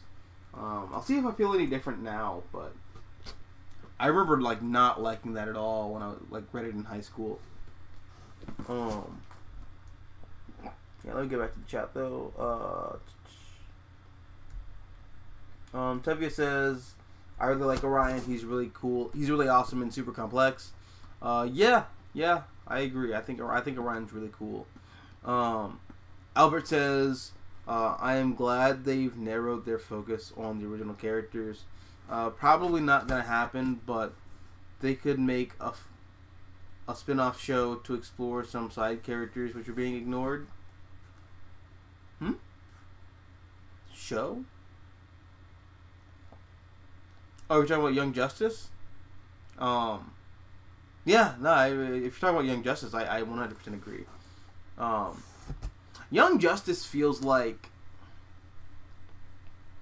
this is gonna like the cringe, like, here, my pitch kind of way to like describe it, but it feels like DC Game of Thrones. You know, like season 1 and 2 was like kind of just a fun Teen Titans show, but seasons 3 and 4, that is just them doing DC Universe. You know, that it's DC Universe the show. It's not even really about the Young Justice like team roster anymore. It's really just like a deep dive into like DC Comics history and lore. I think that's like really cool. Terry says, hopefully with Joe Quesada gone, this gives us Spider-Man and Peter Parker and Mary Jane finally back with his marriage and his daughter Mayday Parker alive and kicking in the main Marvel universe. I wouldn't hold my breath, homie. I wouldn't hold my breath on that.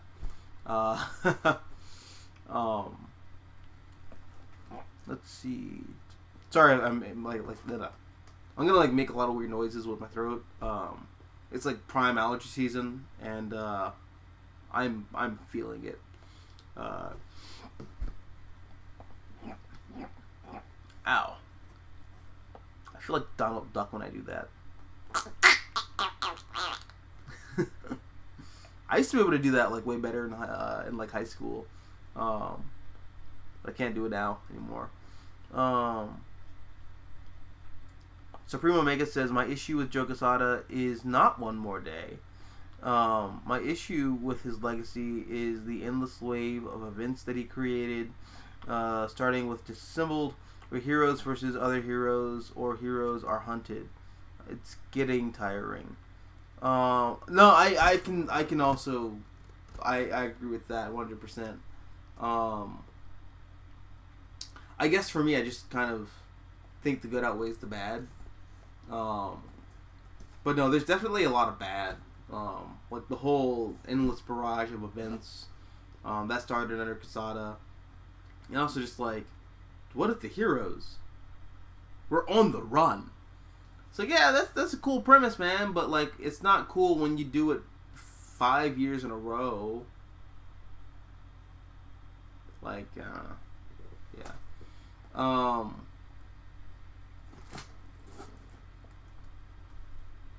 Let's see. Joe Quesada ruined Spider-Man with one moment in time. I can see that. Albert says, LOL, Civil War had loads of potential, but it was basically retconned out of existence pretty fast. I would have made much more sense. It would have made much more sense in an alternate universe like the Ultimate Universe. I 100% agree. In fact, going off of what happens in the Ultimate Universe when Mark Millar returns, when we get Ultimates versus the Ultimate Avengers, I think that's really what Millar was like trying to do with Civil War. It just sucks that it wasn't able to tell that story with Ultimates 3 properly.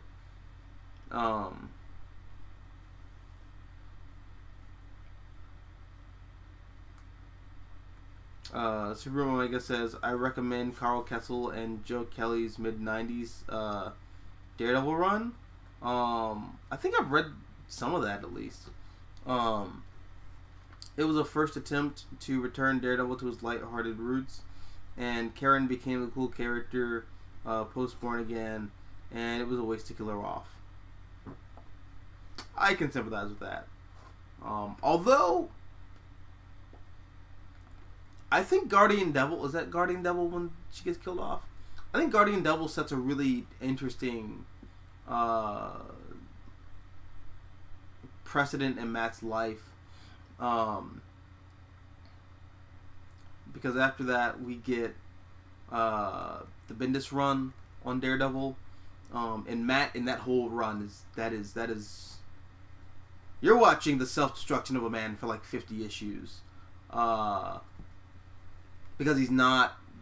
he's still grieving over Karen's death and like everything that's like gone down in Guardian Devil, which then spirals into like all the stuff with Ed Brubaker,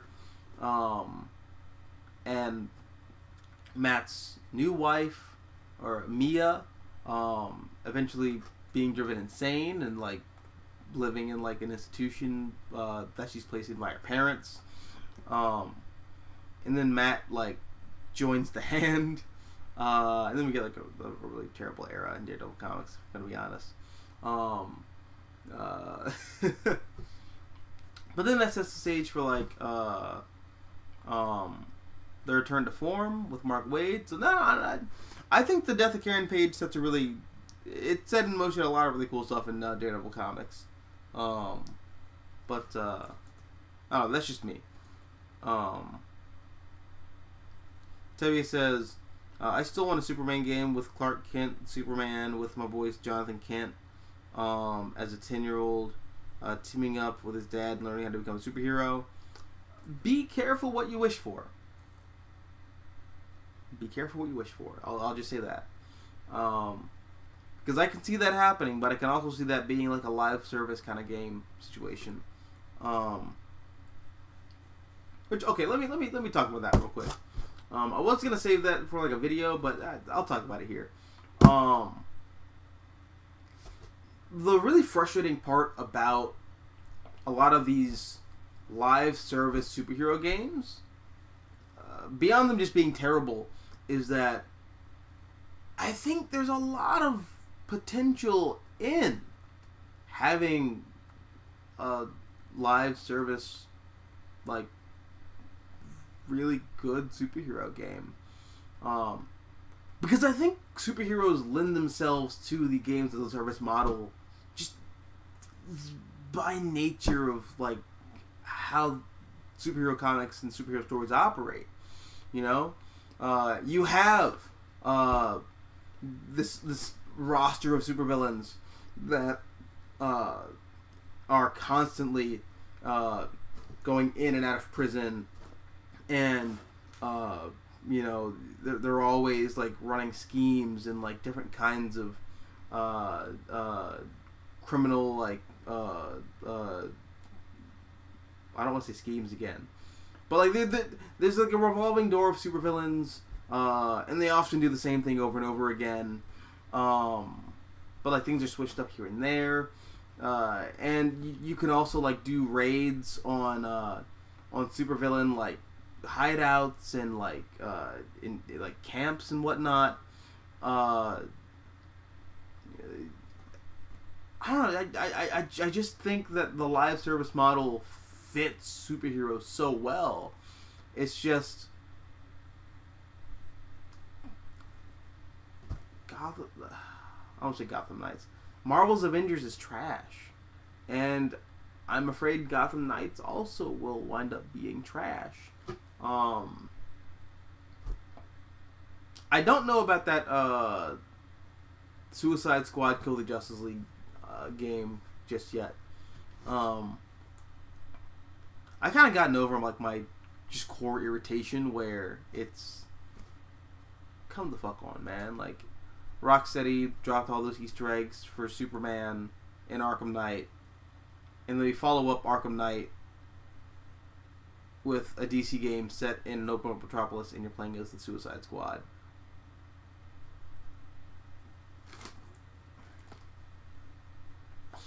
Okay, but I'm over it. So just that bit of insanity aside, I don't know. If that winds up being a live service game, I hope it's good. I just have yet to see a live service superhero game that is good. But I think it can be done. Like, I legitimately think that it can be done. It just hasn't been done well. Let's see. Toby says the Titan show is bad and garbage. and says that season 3 is garbage. Any opinion on the Obi-Wan show? Because I think that the Obi-Wan show was tons of fun, especially episode 3, which was insane. So I watched the first episode, and it became very clear, despite the show being very, very pretty. It's a very pretty show, and it was well written, it was well acted. At least as far as the first episode is concerned. I just didn't like it. I didn't like it. I didn't vibe with it. I am not interested in seeing an Obi-Wan Kenobi show where Obi-Wan has to like leave Tatooine and go on this like big rescue mission to save Princess Leia and then fight Darth Vader. I mean, I haven't seen the show. I don't know. Maybe that does happen. I know that like Hayden Christensen is in the show. I don't want to see Obi-Wan Kenobi fight Darth Vader. I really don't.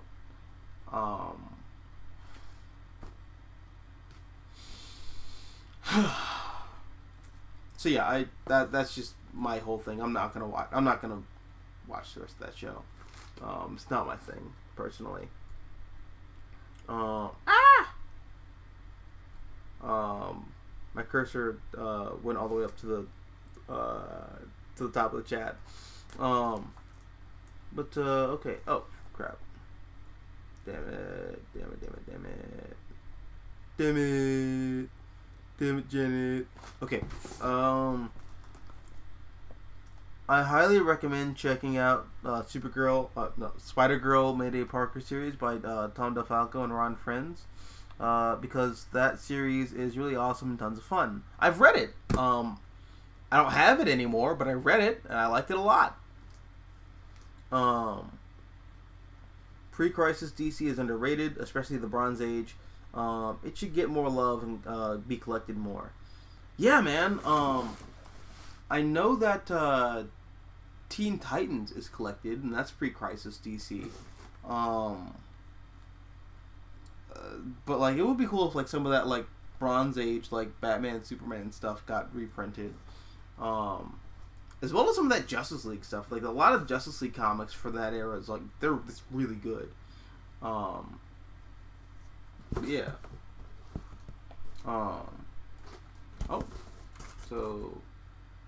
And here we have some more Azzarello era Hellblazer. Let's see what else we got in here.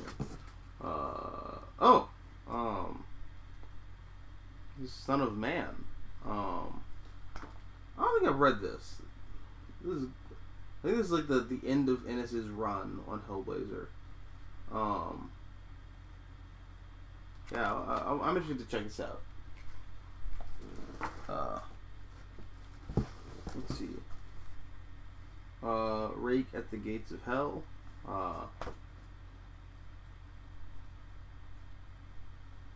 This is collecting the same material as was in that volume 8 over there. Okay, so then cool. That's redundant. Goddess. Oh wow. Well, I think the art looks really cool. By Phil Winslade.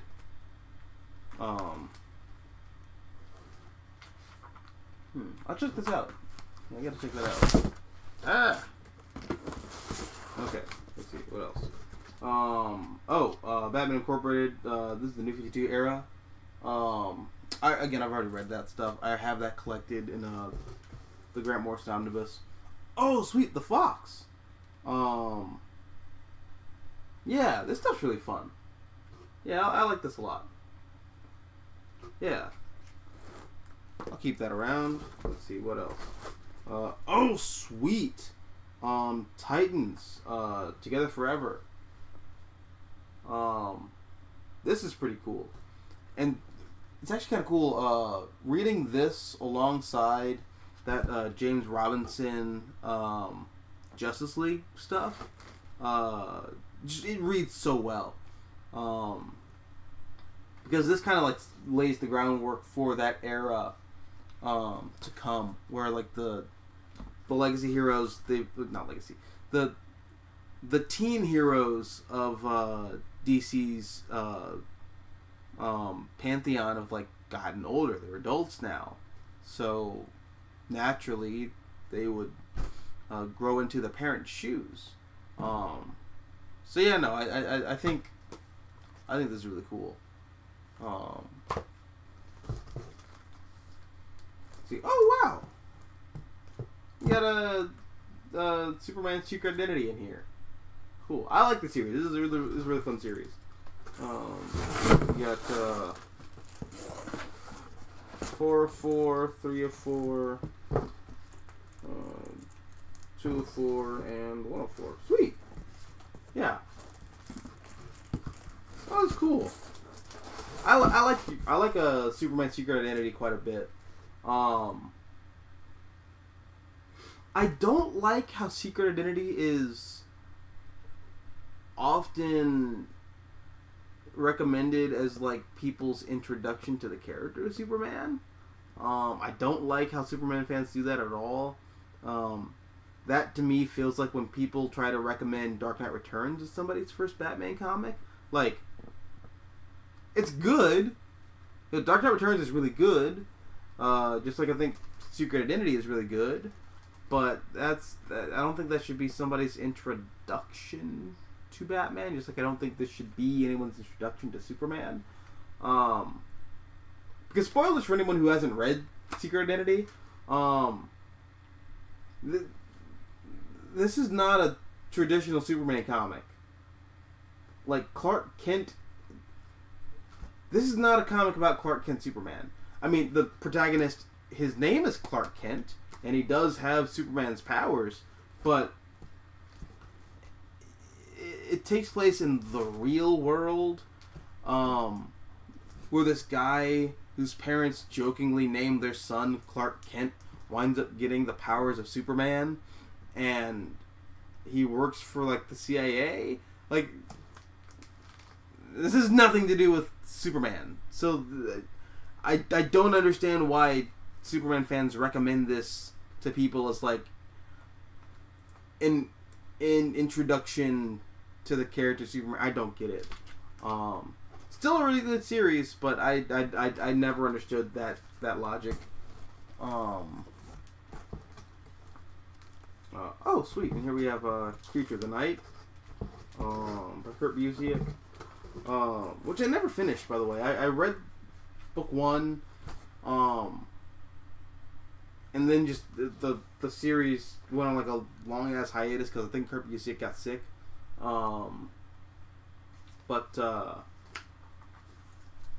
Yeah, no. I'll have to check this out. I really like John Paul Leon's art. Well, the late great John Paul Leon, unfortunately. So yeah, I'm excited to check out how this ends. Let's see.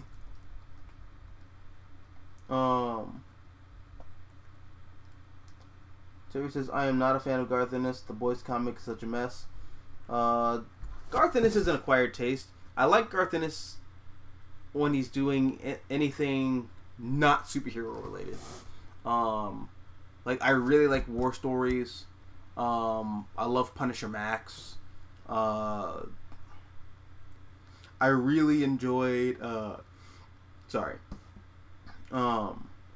really enjoyed Nick Fury Max, you know, the My War Gone By. I thought that was really good. It's just when he does superheroes, like he doesn't like superheroes. So when he ever does them, he's just like taking the piss, and it's just like, It's like he's spitting in your face. So it's like, alright, well, cool. Not for me. Not for me. Oh wow. Wonder Woman, Game of the Gods. I was not a fan of the story, personally, but it's a trip to see that.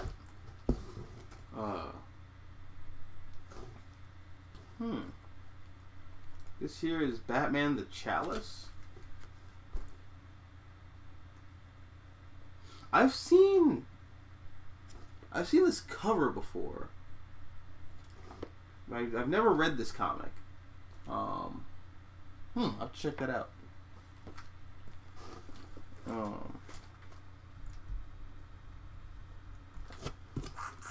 Let's see. Let me get back to the chat.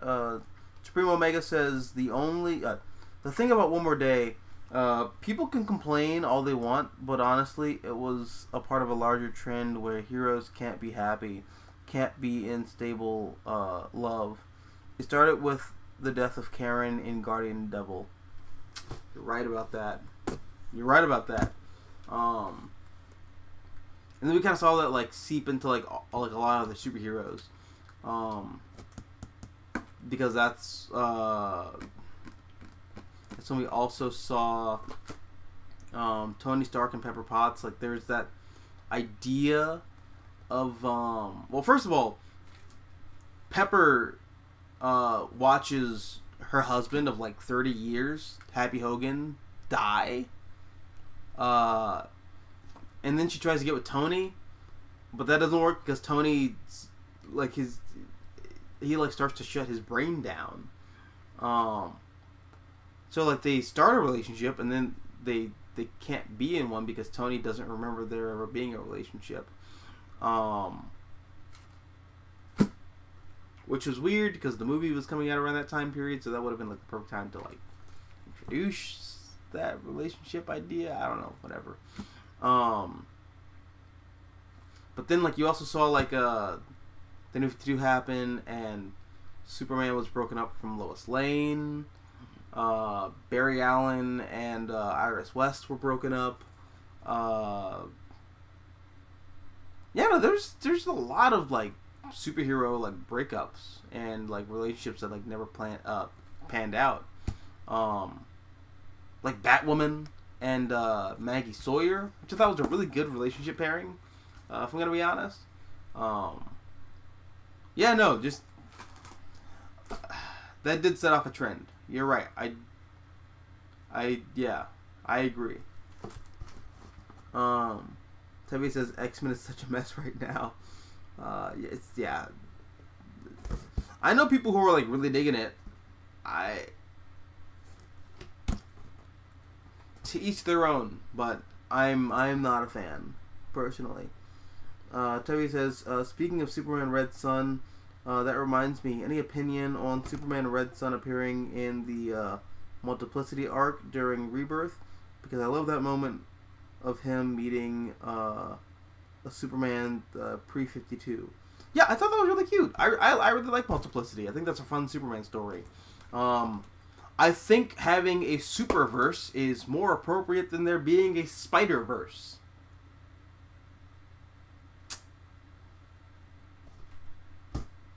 But, oh well.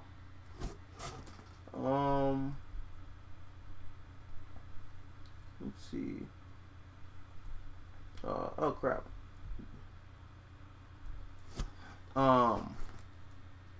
Roy Thomas is the true heir of Stan Lee. He made the Avengers a thing, and he reinvented Golden Age DC with his 80s Earth 2 work with All-Star Squadron and Infinity Incorporated. Pity that he got screwed by Crisis. Yeah. Yeah, no, I agree.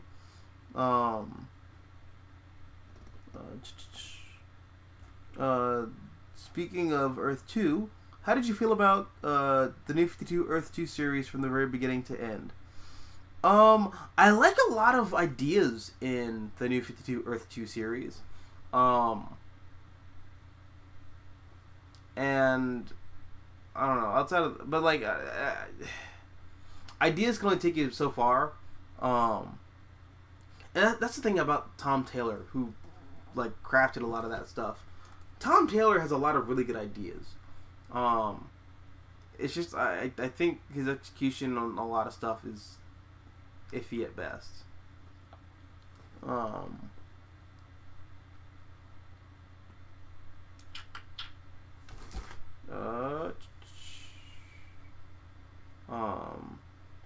Albert, well, consider how different lots of European European cultures are from one another, and they are neighbors.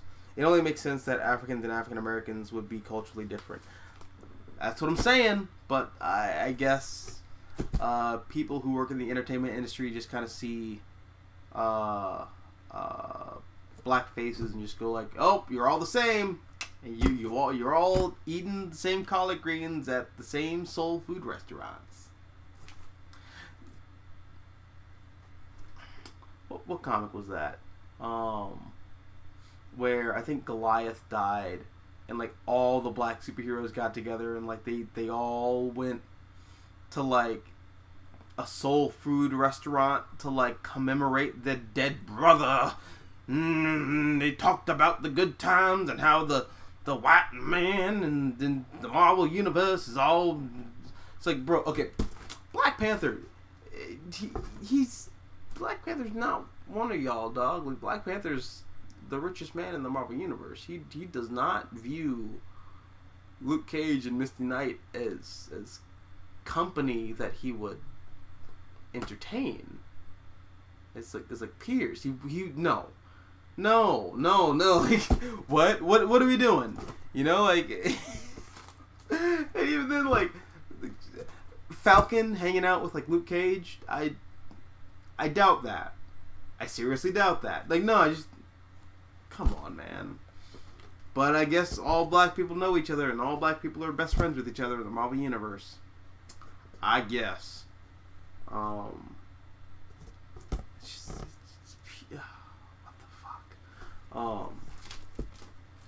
Anyways, moving on. Oh, sweet. Okay. Cool. So you're still like early 2000s Superman. I have a lot of these already. Because I have what is it? The City of Tomorrow trades. But, that's still really cool. Let me see what these go up to. This is volumes 1, 2, and 3. I wonder if this goes up to Action Comics 775. It does not.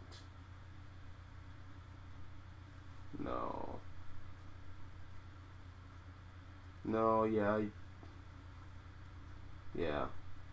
I already have a lot of this stuff. So, oh well. Still fun though. I have a buddy of mine who, like, I've recommended these to. So yeah, I might end up gifting these to him. But yeah, this is my favorite era of Superman, by the way. Like, the City of Tomorrow era, I love this so much.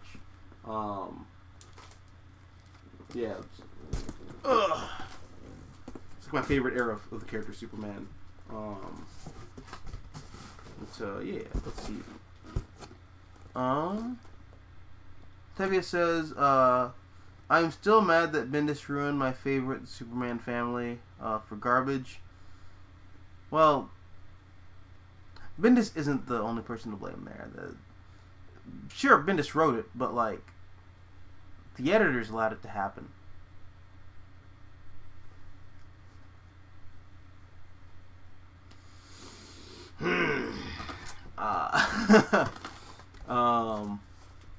Let's see.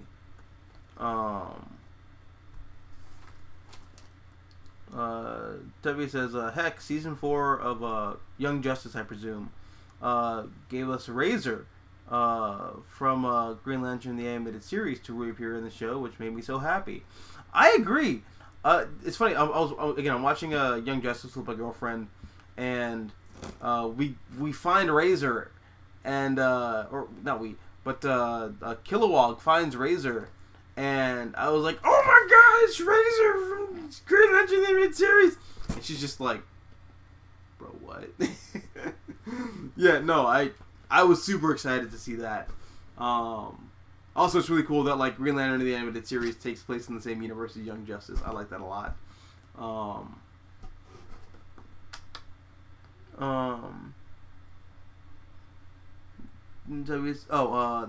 Josiah says, "What's your favorite Warren Ellis comic?"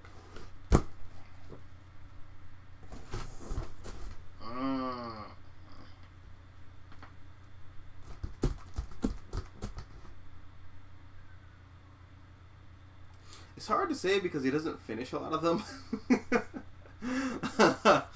My favorite Warren Ellis comic.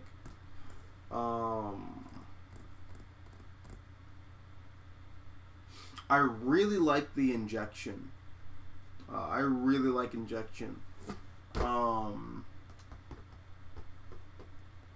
What else though? Oh no, my favorite Warren Ellis comic is James Bond. I love Warren Ellis' James Bond. Warren Ellis' run on James Bond is the best James Bond movie that we will never see. Yeah. James Bond is my favorite thing that Warren Ellis has ever done.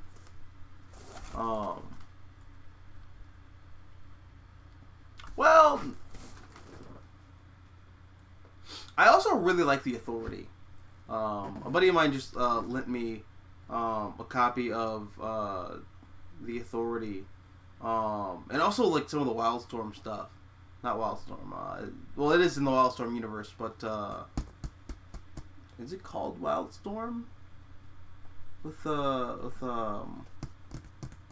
Midnighter and Apollo teaming up. I think that might just be called Wildstorm. I like that a lot. I don't know. But leaning into like my bias for James Bond, I'm a big fan of the James Bond stuff that Warren Ellis did. Outside of Star Wars, James Bond is like my favorite thing. Like one of my favorite things. It's Star Wars, James Bond, and Marvel and DC. Yeah. But what about you guys? What about you? Yeah, let me know.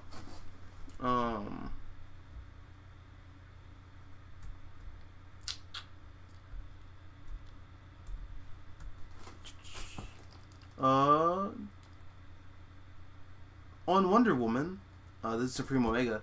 I feel we should return Diana to her loving, peaceful roots. My issue with modern Wendy is that she is too much of a warrior with an emphasis on the sword and shield and not enough on the lasso and bracelets. Yeah, I agree with that. It's funny. A lot of people had a big problem with like the New 52 era for Wonder Woman, where she was carrying around the sword. But the New 52 run by Cliff Chang and Tony Atkins and Brian Azzarello, that had a real emphasis on Diana's like more peaceful, well not peaceful, but more like she's a warrior of peace and she's an advocate of love. Tough love sometimes, but love nonetheless. She is the goddess of love, despite being the goddess of war in that run, which I think is a very fascinating place to take your character, which was unfortunately never really followed up on because Brian Azzarello left the book. But I think the New 52 era like really highlights a lot of that like content, or a lot of that content in her character. It's kind of the last time we see that too, which kind of sucks.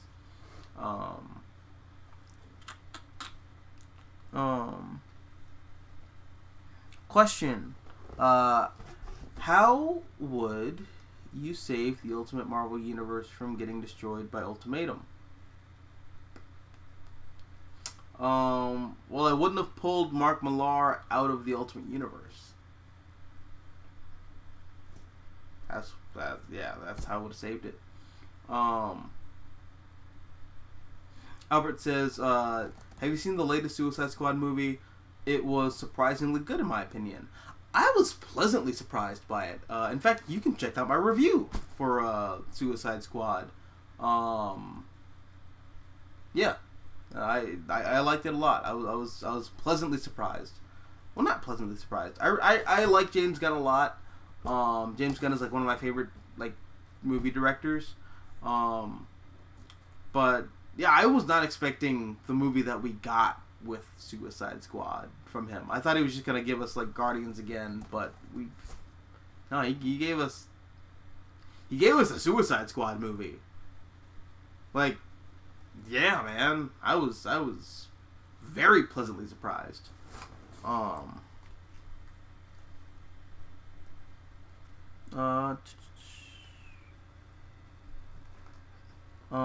Tevia says, so kind of like DC Universe Online, the MMO.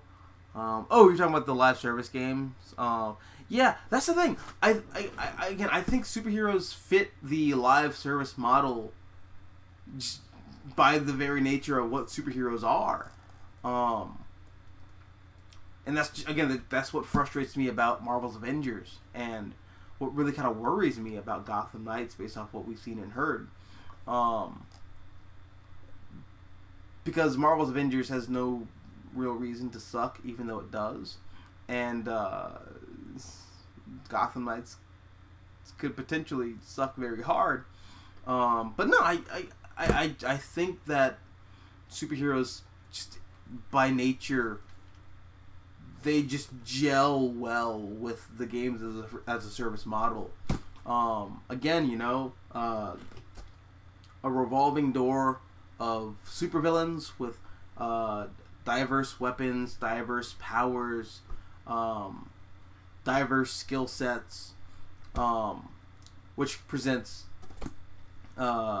just a damn near like limitless array of gameplay options to take down these different enemy types. Then there's also like raids where you can like raid enemy camps and enemy hideouts. I think the live service model works perfectly for superheroes. It's just it hasn't been done properly yet, which is a damn shame. But just because I don't think it's been done well doesn't mean I don't think it can be done at all. I'm just hoping that it's done well sooner rather than later.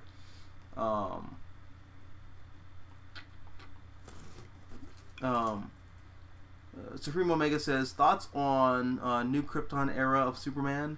For me, Chris Kent, aka Nightwing, is the cooler son of Superman. Sorry, John and Supergirl. Sorry, John. And Supergirl had cool stories in that era with a beloved run by Sterling Gates. I'm kind of conflicted on the New Krypton era. I liked the idea behind it, and I really liked how it started out. But I just thought it dragged on for way too long. And then when Jeff Johns left the book, and it just kind of devolved. I don't know. I like the idea behind New Krypton, but I did not like the way it was handled.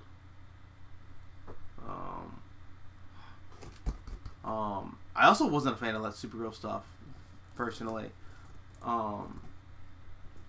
Although I like Supergirl as a concept and as a character in the Superman family. I do not think Supergirl really finds her voice as a character until you get to the New 52.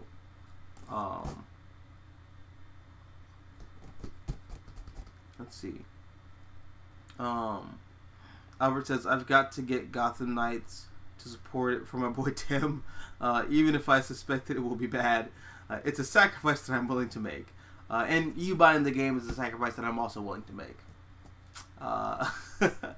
Supreme Omega says, on the 80s Wolfman Perez, Wolfman Teen Titans run, do you hate Terry Long? Because I can't stand him and Donna. Because I can't stand him and Donna is better paired up with Roy or Kyle. I just think it's kind of weird that like Marv Wolfman just kind of inserted himself into the book and is like weirdly masturbating to himself, dating Donna Troy. Just saying. I can only imagine how weird it was for George Perez to draw that. Unless they're both in on it, which I guess I ain't gonna judge, but it's still kind of bizarre. Let's see what else we got here. A Walk Through Hell by Garth Ennis. I read part of this. I heard it was. I heard it got really good. I just wasn't super impressed by it personally. Let's see. What's this? Oh, sweet Marvels. Wow. And it's.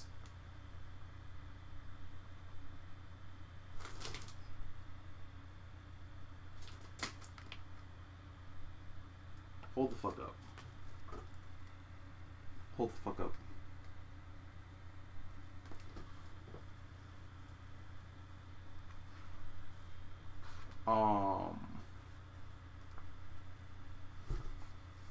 This is signed. This is a signed copy of Marvels. Holy shit. I don't know whose signature that is. I've never seen Kurt Busiek's signature. This could be Alex Ross's, though. Fuck, man. This is really cool. Alright, well, I see why this was in a slipcase. I'm gonna put this back in there.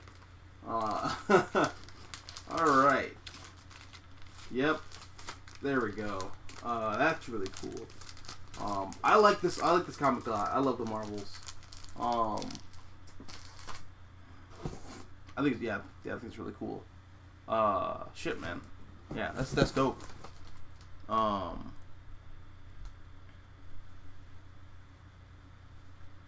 Tevi says, I'm hoping Gotham Knights game does Tim Drake, my boy, justice. You got a better shot just waiting for Chip Zdarsky's run on Batman. I'm gonna be honest. Supreme Omega says, also on Identity Crisis, I know you loved it, but I still feel like killing Tim's dad was a mistake.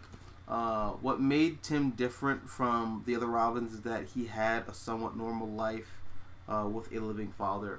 Well, yes, I agree, but I also like the idea of Tim's father dying. And here's why. In the world of Batman, in the world of the Batman, everyone is eventually struck with tragedy. And I think the thing that ultimately makes Tim Drake very different is that he's a Robin who not only has a father and isn't really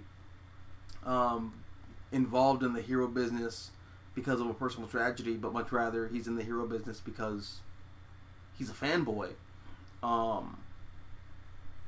Tim is also what's the term? Tim is also an aristocrat, you know? So he's very much like Bruce in the sense that oh, give me 1 second. Sorry.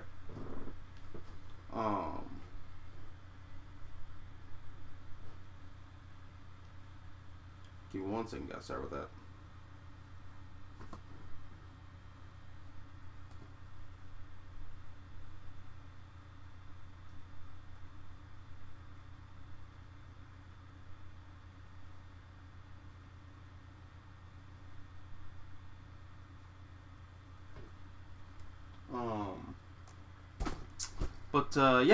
Tim's an aristocrat who lives a very comfortable life with his father, and then that is disrupted, and then that pushes Tim on track to being more like Bruce.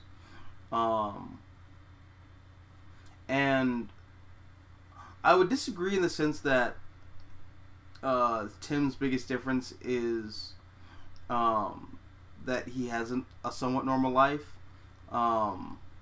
outside of the cape and cowl. I think the big thing that separates Tim from the other Robins is that Tim is a genius. Because Dick Grayson is really smart. But he is basically, he's Bruce without the baggage. He's the adventure seeker. He is what Bruce Wayne probably would have wound up being if Bruce didn't watch his parents get shot down in Crime Alley. And Jason is very different from Dick in the sense that Jason is a street rat. He's a hood rat, And then you kind of get to like the polar opposite of the spectrum with Tim from Jason, in that Tim is he's this like aristocrat who is a genius, like a straight up genius, to the point where there are times where he does kind of have that like there's a tinge of like moral ambiguity to Tim Drake that I really wish was delved into a little deeper, because it was in that like post Infinite Crisis era, like during that whole like 1 year later era, I really kind of like the idea of Tim Drake being the super genius who could potentially end up being a supervillain, which is toyed around with here and there, and they even like brought back like Tim Drake's evil version of Batman from the future for Rebirth, but no, I really would like to see Tim's like what's the term?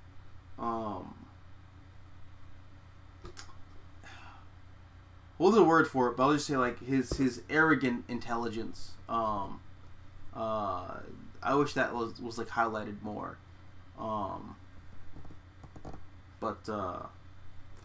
Yeah. Let's see.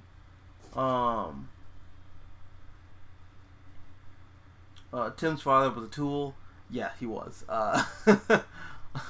He definitely was. Jack Drake was kind of a jackass. Tevye says, I love Superman's Secret Identity.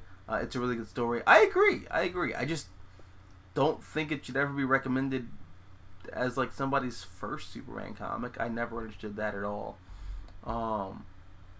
Tim's New 52 design, Tim's New 52 origin was god awful. I agree. I really hope that's been like retconned out of existence with Rebirth. Debbie says Tim's New 52 origin was so bad, and the rest of the New 52 Teen Titans series was just pure garbage. I agree. I read like part of the New 52 Teen Titans, and I just thought it was terrible. Supreme Omega on Supergirl. Her pre-crisis era is her best self, where she grew into an equal to Clark, became a respected member of the Legion, and became powerful enough to go toe-to-toe with Darkseid and the Anti-Monitor. I really respect that people love it. It just wasn't for me. I wasn't a fan of it personally. Although I do think that Mark Waid series, Supergirl and the Legion of Superheroes, was pretty cute. That was pretty fun. Tevye says the New 52 was a mistake. From the very beginning, it removed a lot of characters for garbage. I think the New 52 inherently was a mistake. But I do think there was a lot of interesting ideas behind the New 52. I'm not gonna say, I won't like go as far to say that like it was all bad. again, in fact, I think a lot of characters are fixed by the New 52. I think Wonder Woman was like properly rehabbed by the New 52. I think Supergirl was kind of fixed by the New 52. In fact, I think a lot of stuff in like the Superman, like Super Family, like lore was like properly refined by the New 52. I think the New 52 had a lot of good going for it. Now, if the good outweighed the bad, well, that's just purely subjective. I don't know. But for me, I think there was a lot of good in the New 52 that I'm just not willing to, like, undercut by, like, the bad. But yeah, let's see. Oh, getting back to some of the comics. Oh, this is cute. There's some DC Who's Who. And I'm, like, running out of space over there. So I'm just gonna, like, put this stuff back here. More Who's Who, DC Who's Who. I'm just gonna showcase this because I love Nightwing's disco collar. I think this costume looks really cool. I would love to see. I don't want to see this costume return, but it would be really cool if Dick got like another costume that was like similar to it. Some more Who's Who. Is all of this Who's Who? Yeah, all Who's Who. Oh, wait, hold on. This is actually a really good Superman. So it looks like John Byrne did this. Like a John Byrne Superman. I know it's really popular to hate on John Byrne's Man of Steel right now. Fuck that. I think John Byrne's Man of Steel is fantastic. I think that whole era from like 1986 with John Byrne's reinvention of Superman up until the City of Tomorrow is just, it's great. That is my favorite era of the character Superman. Everything from Man of Steel up to the end of the City of Tomorrow era, which I honestly think ends with the beginning of Superman, Batman, Public Enemies. When with like the end of the President Luthor era. I think all of that stuff is really good. I like it a lot. Actually, no, hold on a second. Even after that, everything up to not Camelot Falls.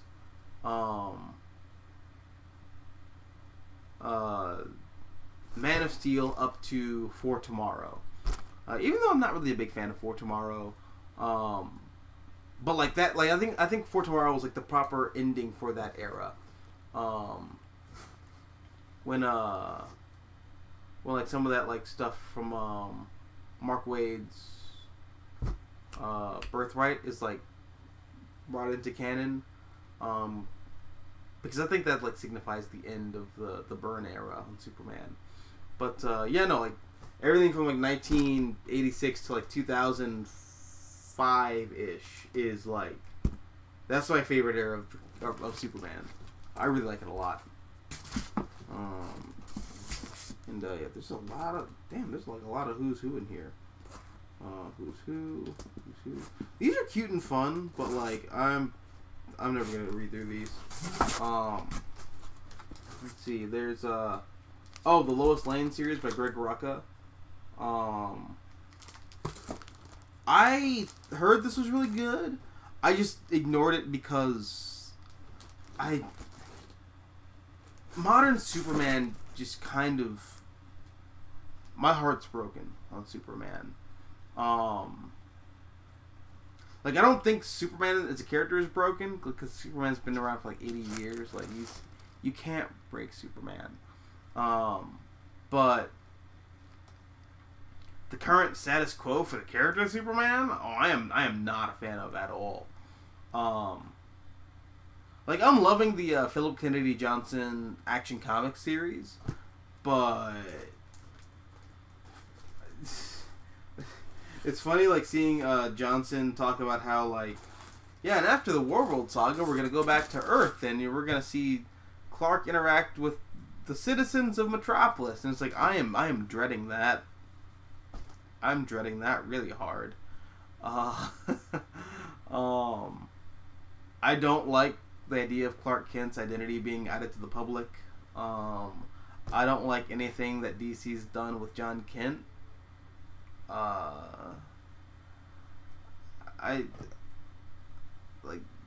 feel like the humanity behind what made Superman a fascinating character, with the dichotomy of, the Clark Kent Superman dynamic, it's gone. You know, like, John is like a 29-year-old man now. You know, we never got to see Clark raise his son. So the point of, like, watching Superman be a father is pointless now.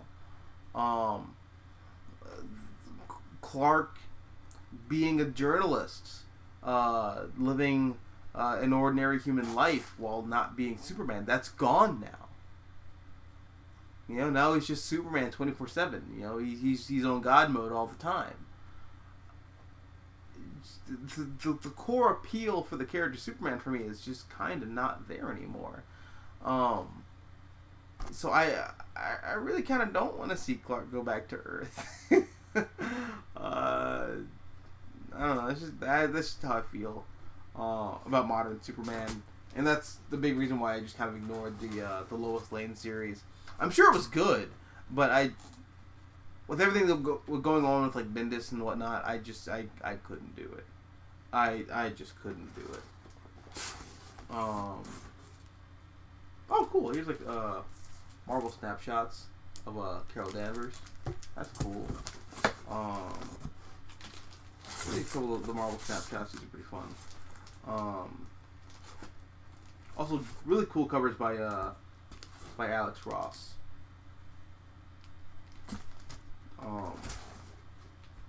Then there's the official handbook of the Marvel Universe.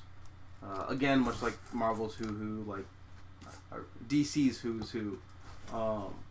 Like, if you already know this stuff, it's kind of cute to have, but, like, not really all that, like, important, I guess. Oh, and here at the very end, we got Superman up in the sky.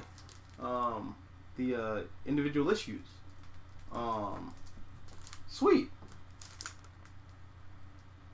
I might hold on to these. These are pretty cool. Even though I have the trade over there, but yeah, I might, like, get these signed. All right. Now let's see. How do I want to put this shit back in the box? So do I want to put this back in the box? Cause, like, a solid half of this I'm not keeping.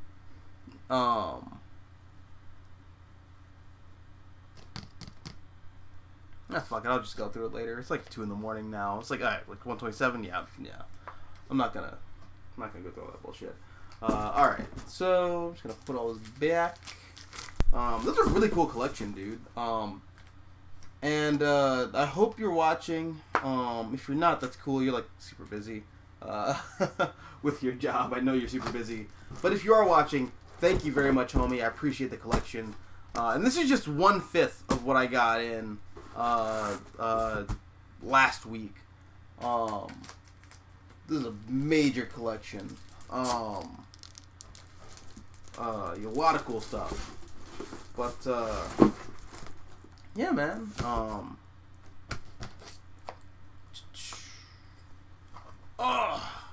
Dude. I cannot keep all of it though. In fact, a lot of it are, like, again, like, some of it I already have. And some of it, like, it's stuff that, like, I had already and, like, ended up giving away. But yeah, man. This is a pretty cool collection. and I guess like in the subsequent weeks we'll go through the other we'll go through the other boxes. Oh crap. Ugh. Again, if you haven't read these, I highly recommend checking out this here if you haven't read it already. Great stuff. Oh.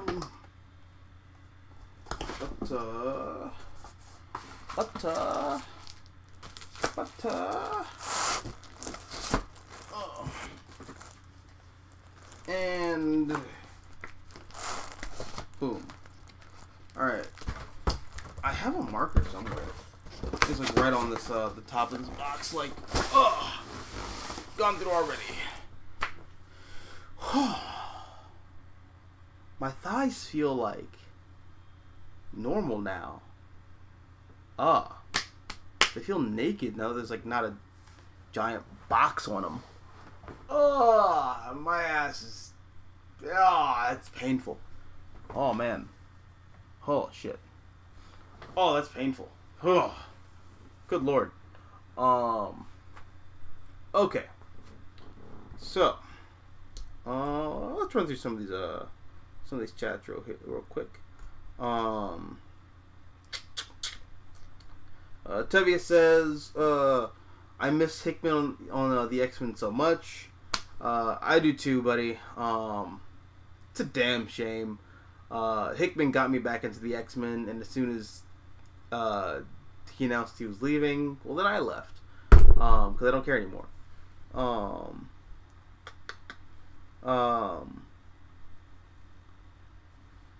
He goes on to say, I'm excited for Deceased Dead Gods, the finale to the Deceased saga. Are you excited for it?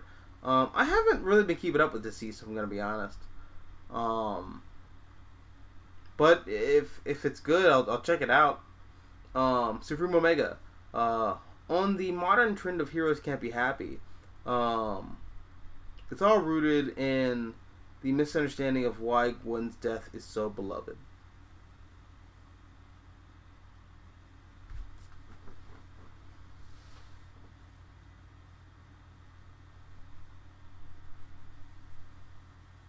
I gotta think about that for a little bit. Yeah. That sounds like a video topic. Yeah, I'm gonna keep that in the back of my head.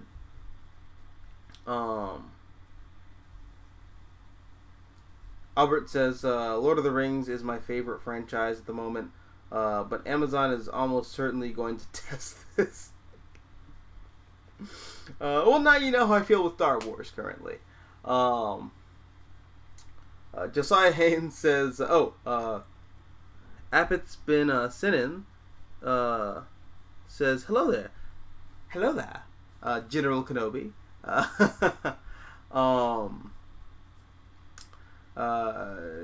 Josiah Haynes says Supreme Blue Rose is probably my favorite Ellis comic. Shipwreck was really good too. I haven't read those. I've heard they're really good though. You're not the first person to tell me those are really good. I gotta check those out.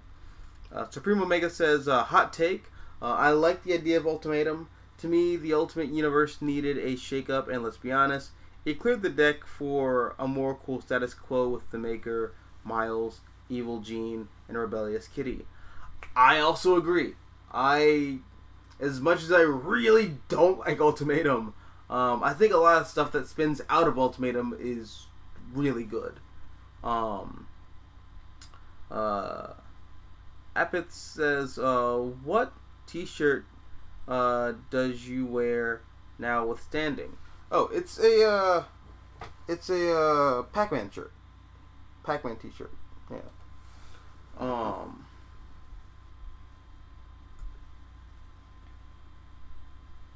I feel like an e-girl just kind of like standing up like, oh my god, do you want to see my t-shirt? Don't look at my boobs. Look at my t-shirt, but also look at my boobs.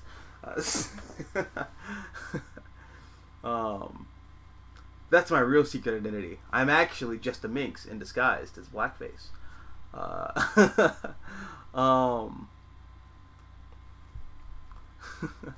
Let's see. Supreme Omega says, on the post-Crisis Superman Byrne reboot, did Supergirl and Superboy had to be erased from canon? Because erasing all of that caused a lot of continuity damage for the Legion, and they never recovered. Yeah, no, I agree. Although I think if DC is smart, and they see that Hickman is leaving Marvel, they could get Hickman to come in and do Legion of Superheroes. Because that's like one of the books that Hickman said he's like always wanted to do. He's always wanted to do Legion of Superheroes. So if you just give him Legion, and unlike Marvel, just leave him the fuck alone, let him do what he wants to do, and tell his story, I think you could see the Legion of Superheroes revived to their former glory. I legitimately think you could see that.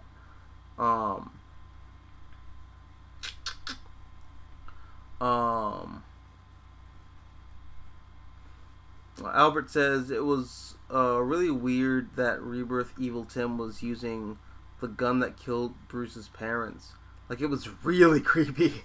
Yeah, I agree. That was kind of weird. And also kind of like needlessly edgy, which is a lot coming from me because I like edge. But like that was just kind of like, what the hell are you doing?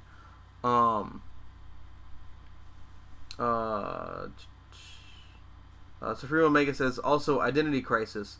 Thoughts on what happened to Sue with her murder and rape? Because I feel like the rape was unneeded. Again,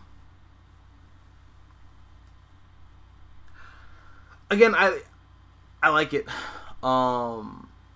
Because I think it shows... There's a proper term for it.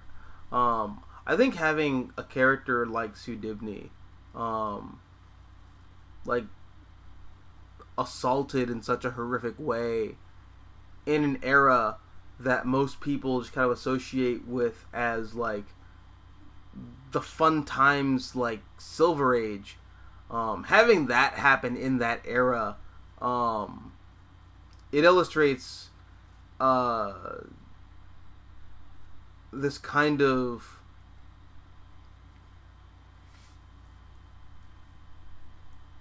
It provides like a narrative reason as to why we look at the Silver Age. I don't know. Sorry, my brain is shutting down for the night. But I'm trying to think of a way to say this.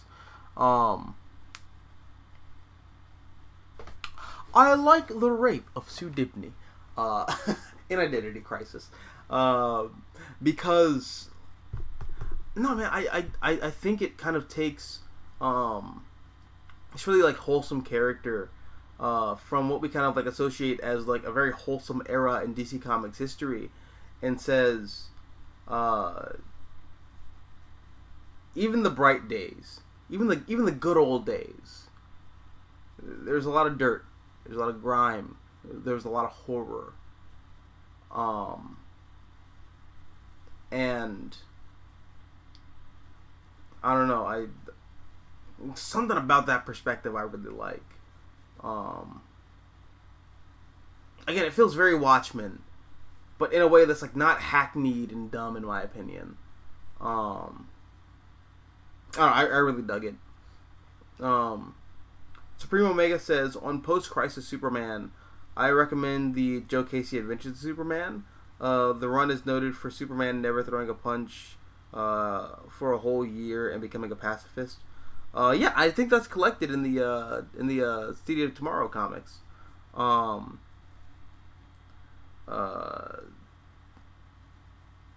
Albert says, does anyone else think it's odd that there's a bunch of Batman adjacent TV shows like Batwoman, Gotham Knights, and Titans, but not an actual Batman show?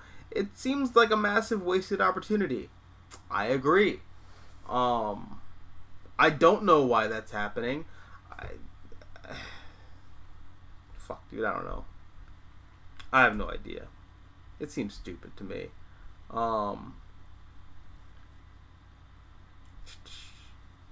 But Albert says, this would be if they actually hired some decent writers, which honestly seems unlikely.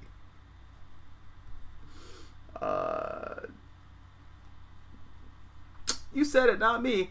But I will not co-sign that statement. And Supreme Omega says Dennis O'Neil should get more credit as a Batman editor. His time of editing the Batman comics from the late 80s to the early 2000s is a case of how an editor should work. I agree. Like 100% I agree. Denny O'Neil is a great writer, but like he was a fantastic editor.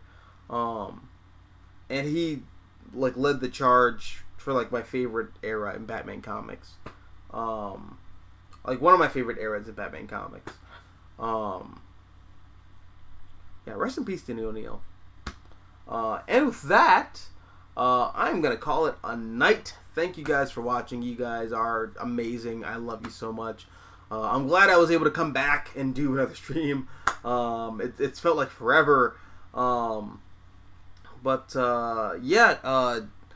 This was fun, and I'm clapping like a jackass. Just round of applause for myself, and round of applause for you guys. Thanks for being patient with me as I kind of got my shit together between finals and graduation and getting a new job. So yeah, thank you guys very much, and hopefully we'll be back next week to do some more of these boxes right here. Although next week I'm actually going to talk about some new comics because there's actually stuff coming out next week that I care about. Like I'm excited for Aquaman Andromeda. That looks really good. Until then, take care, guys. Hopefully I have some videos coming down the pipeline. My internet's been really crap on my PC, so I'm not sure if I'm going to be able to upload any of the Batman Arkham Knight Let's Play videos that I've been doing. I really hope I don't have to replace my my network drives. That would suck because I don't have money to do that. Well, I do. I just don't want to spend it. I have like a few other videos too that I'm working on. That hopefully I finish up before next week. And until then, take care, guys. I'm rambling. Good night. God bless. Take care. And as always, happy reading. That would have been way smoother if I just said that, and then the stream ended. But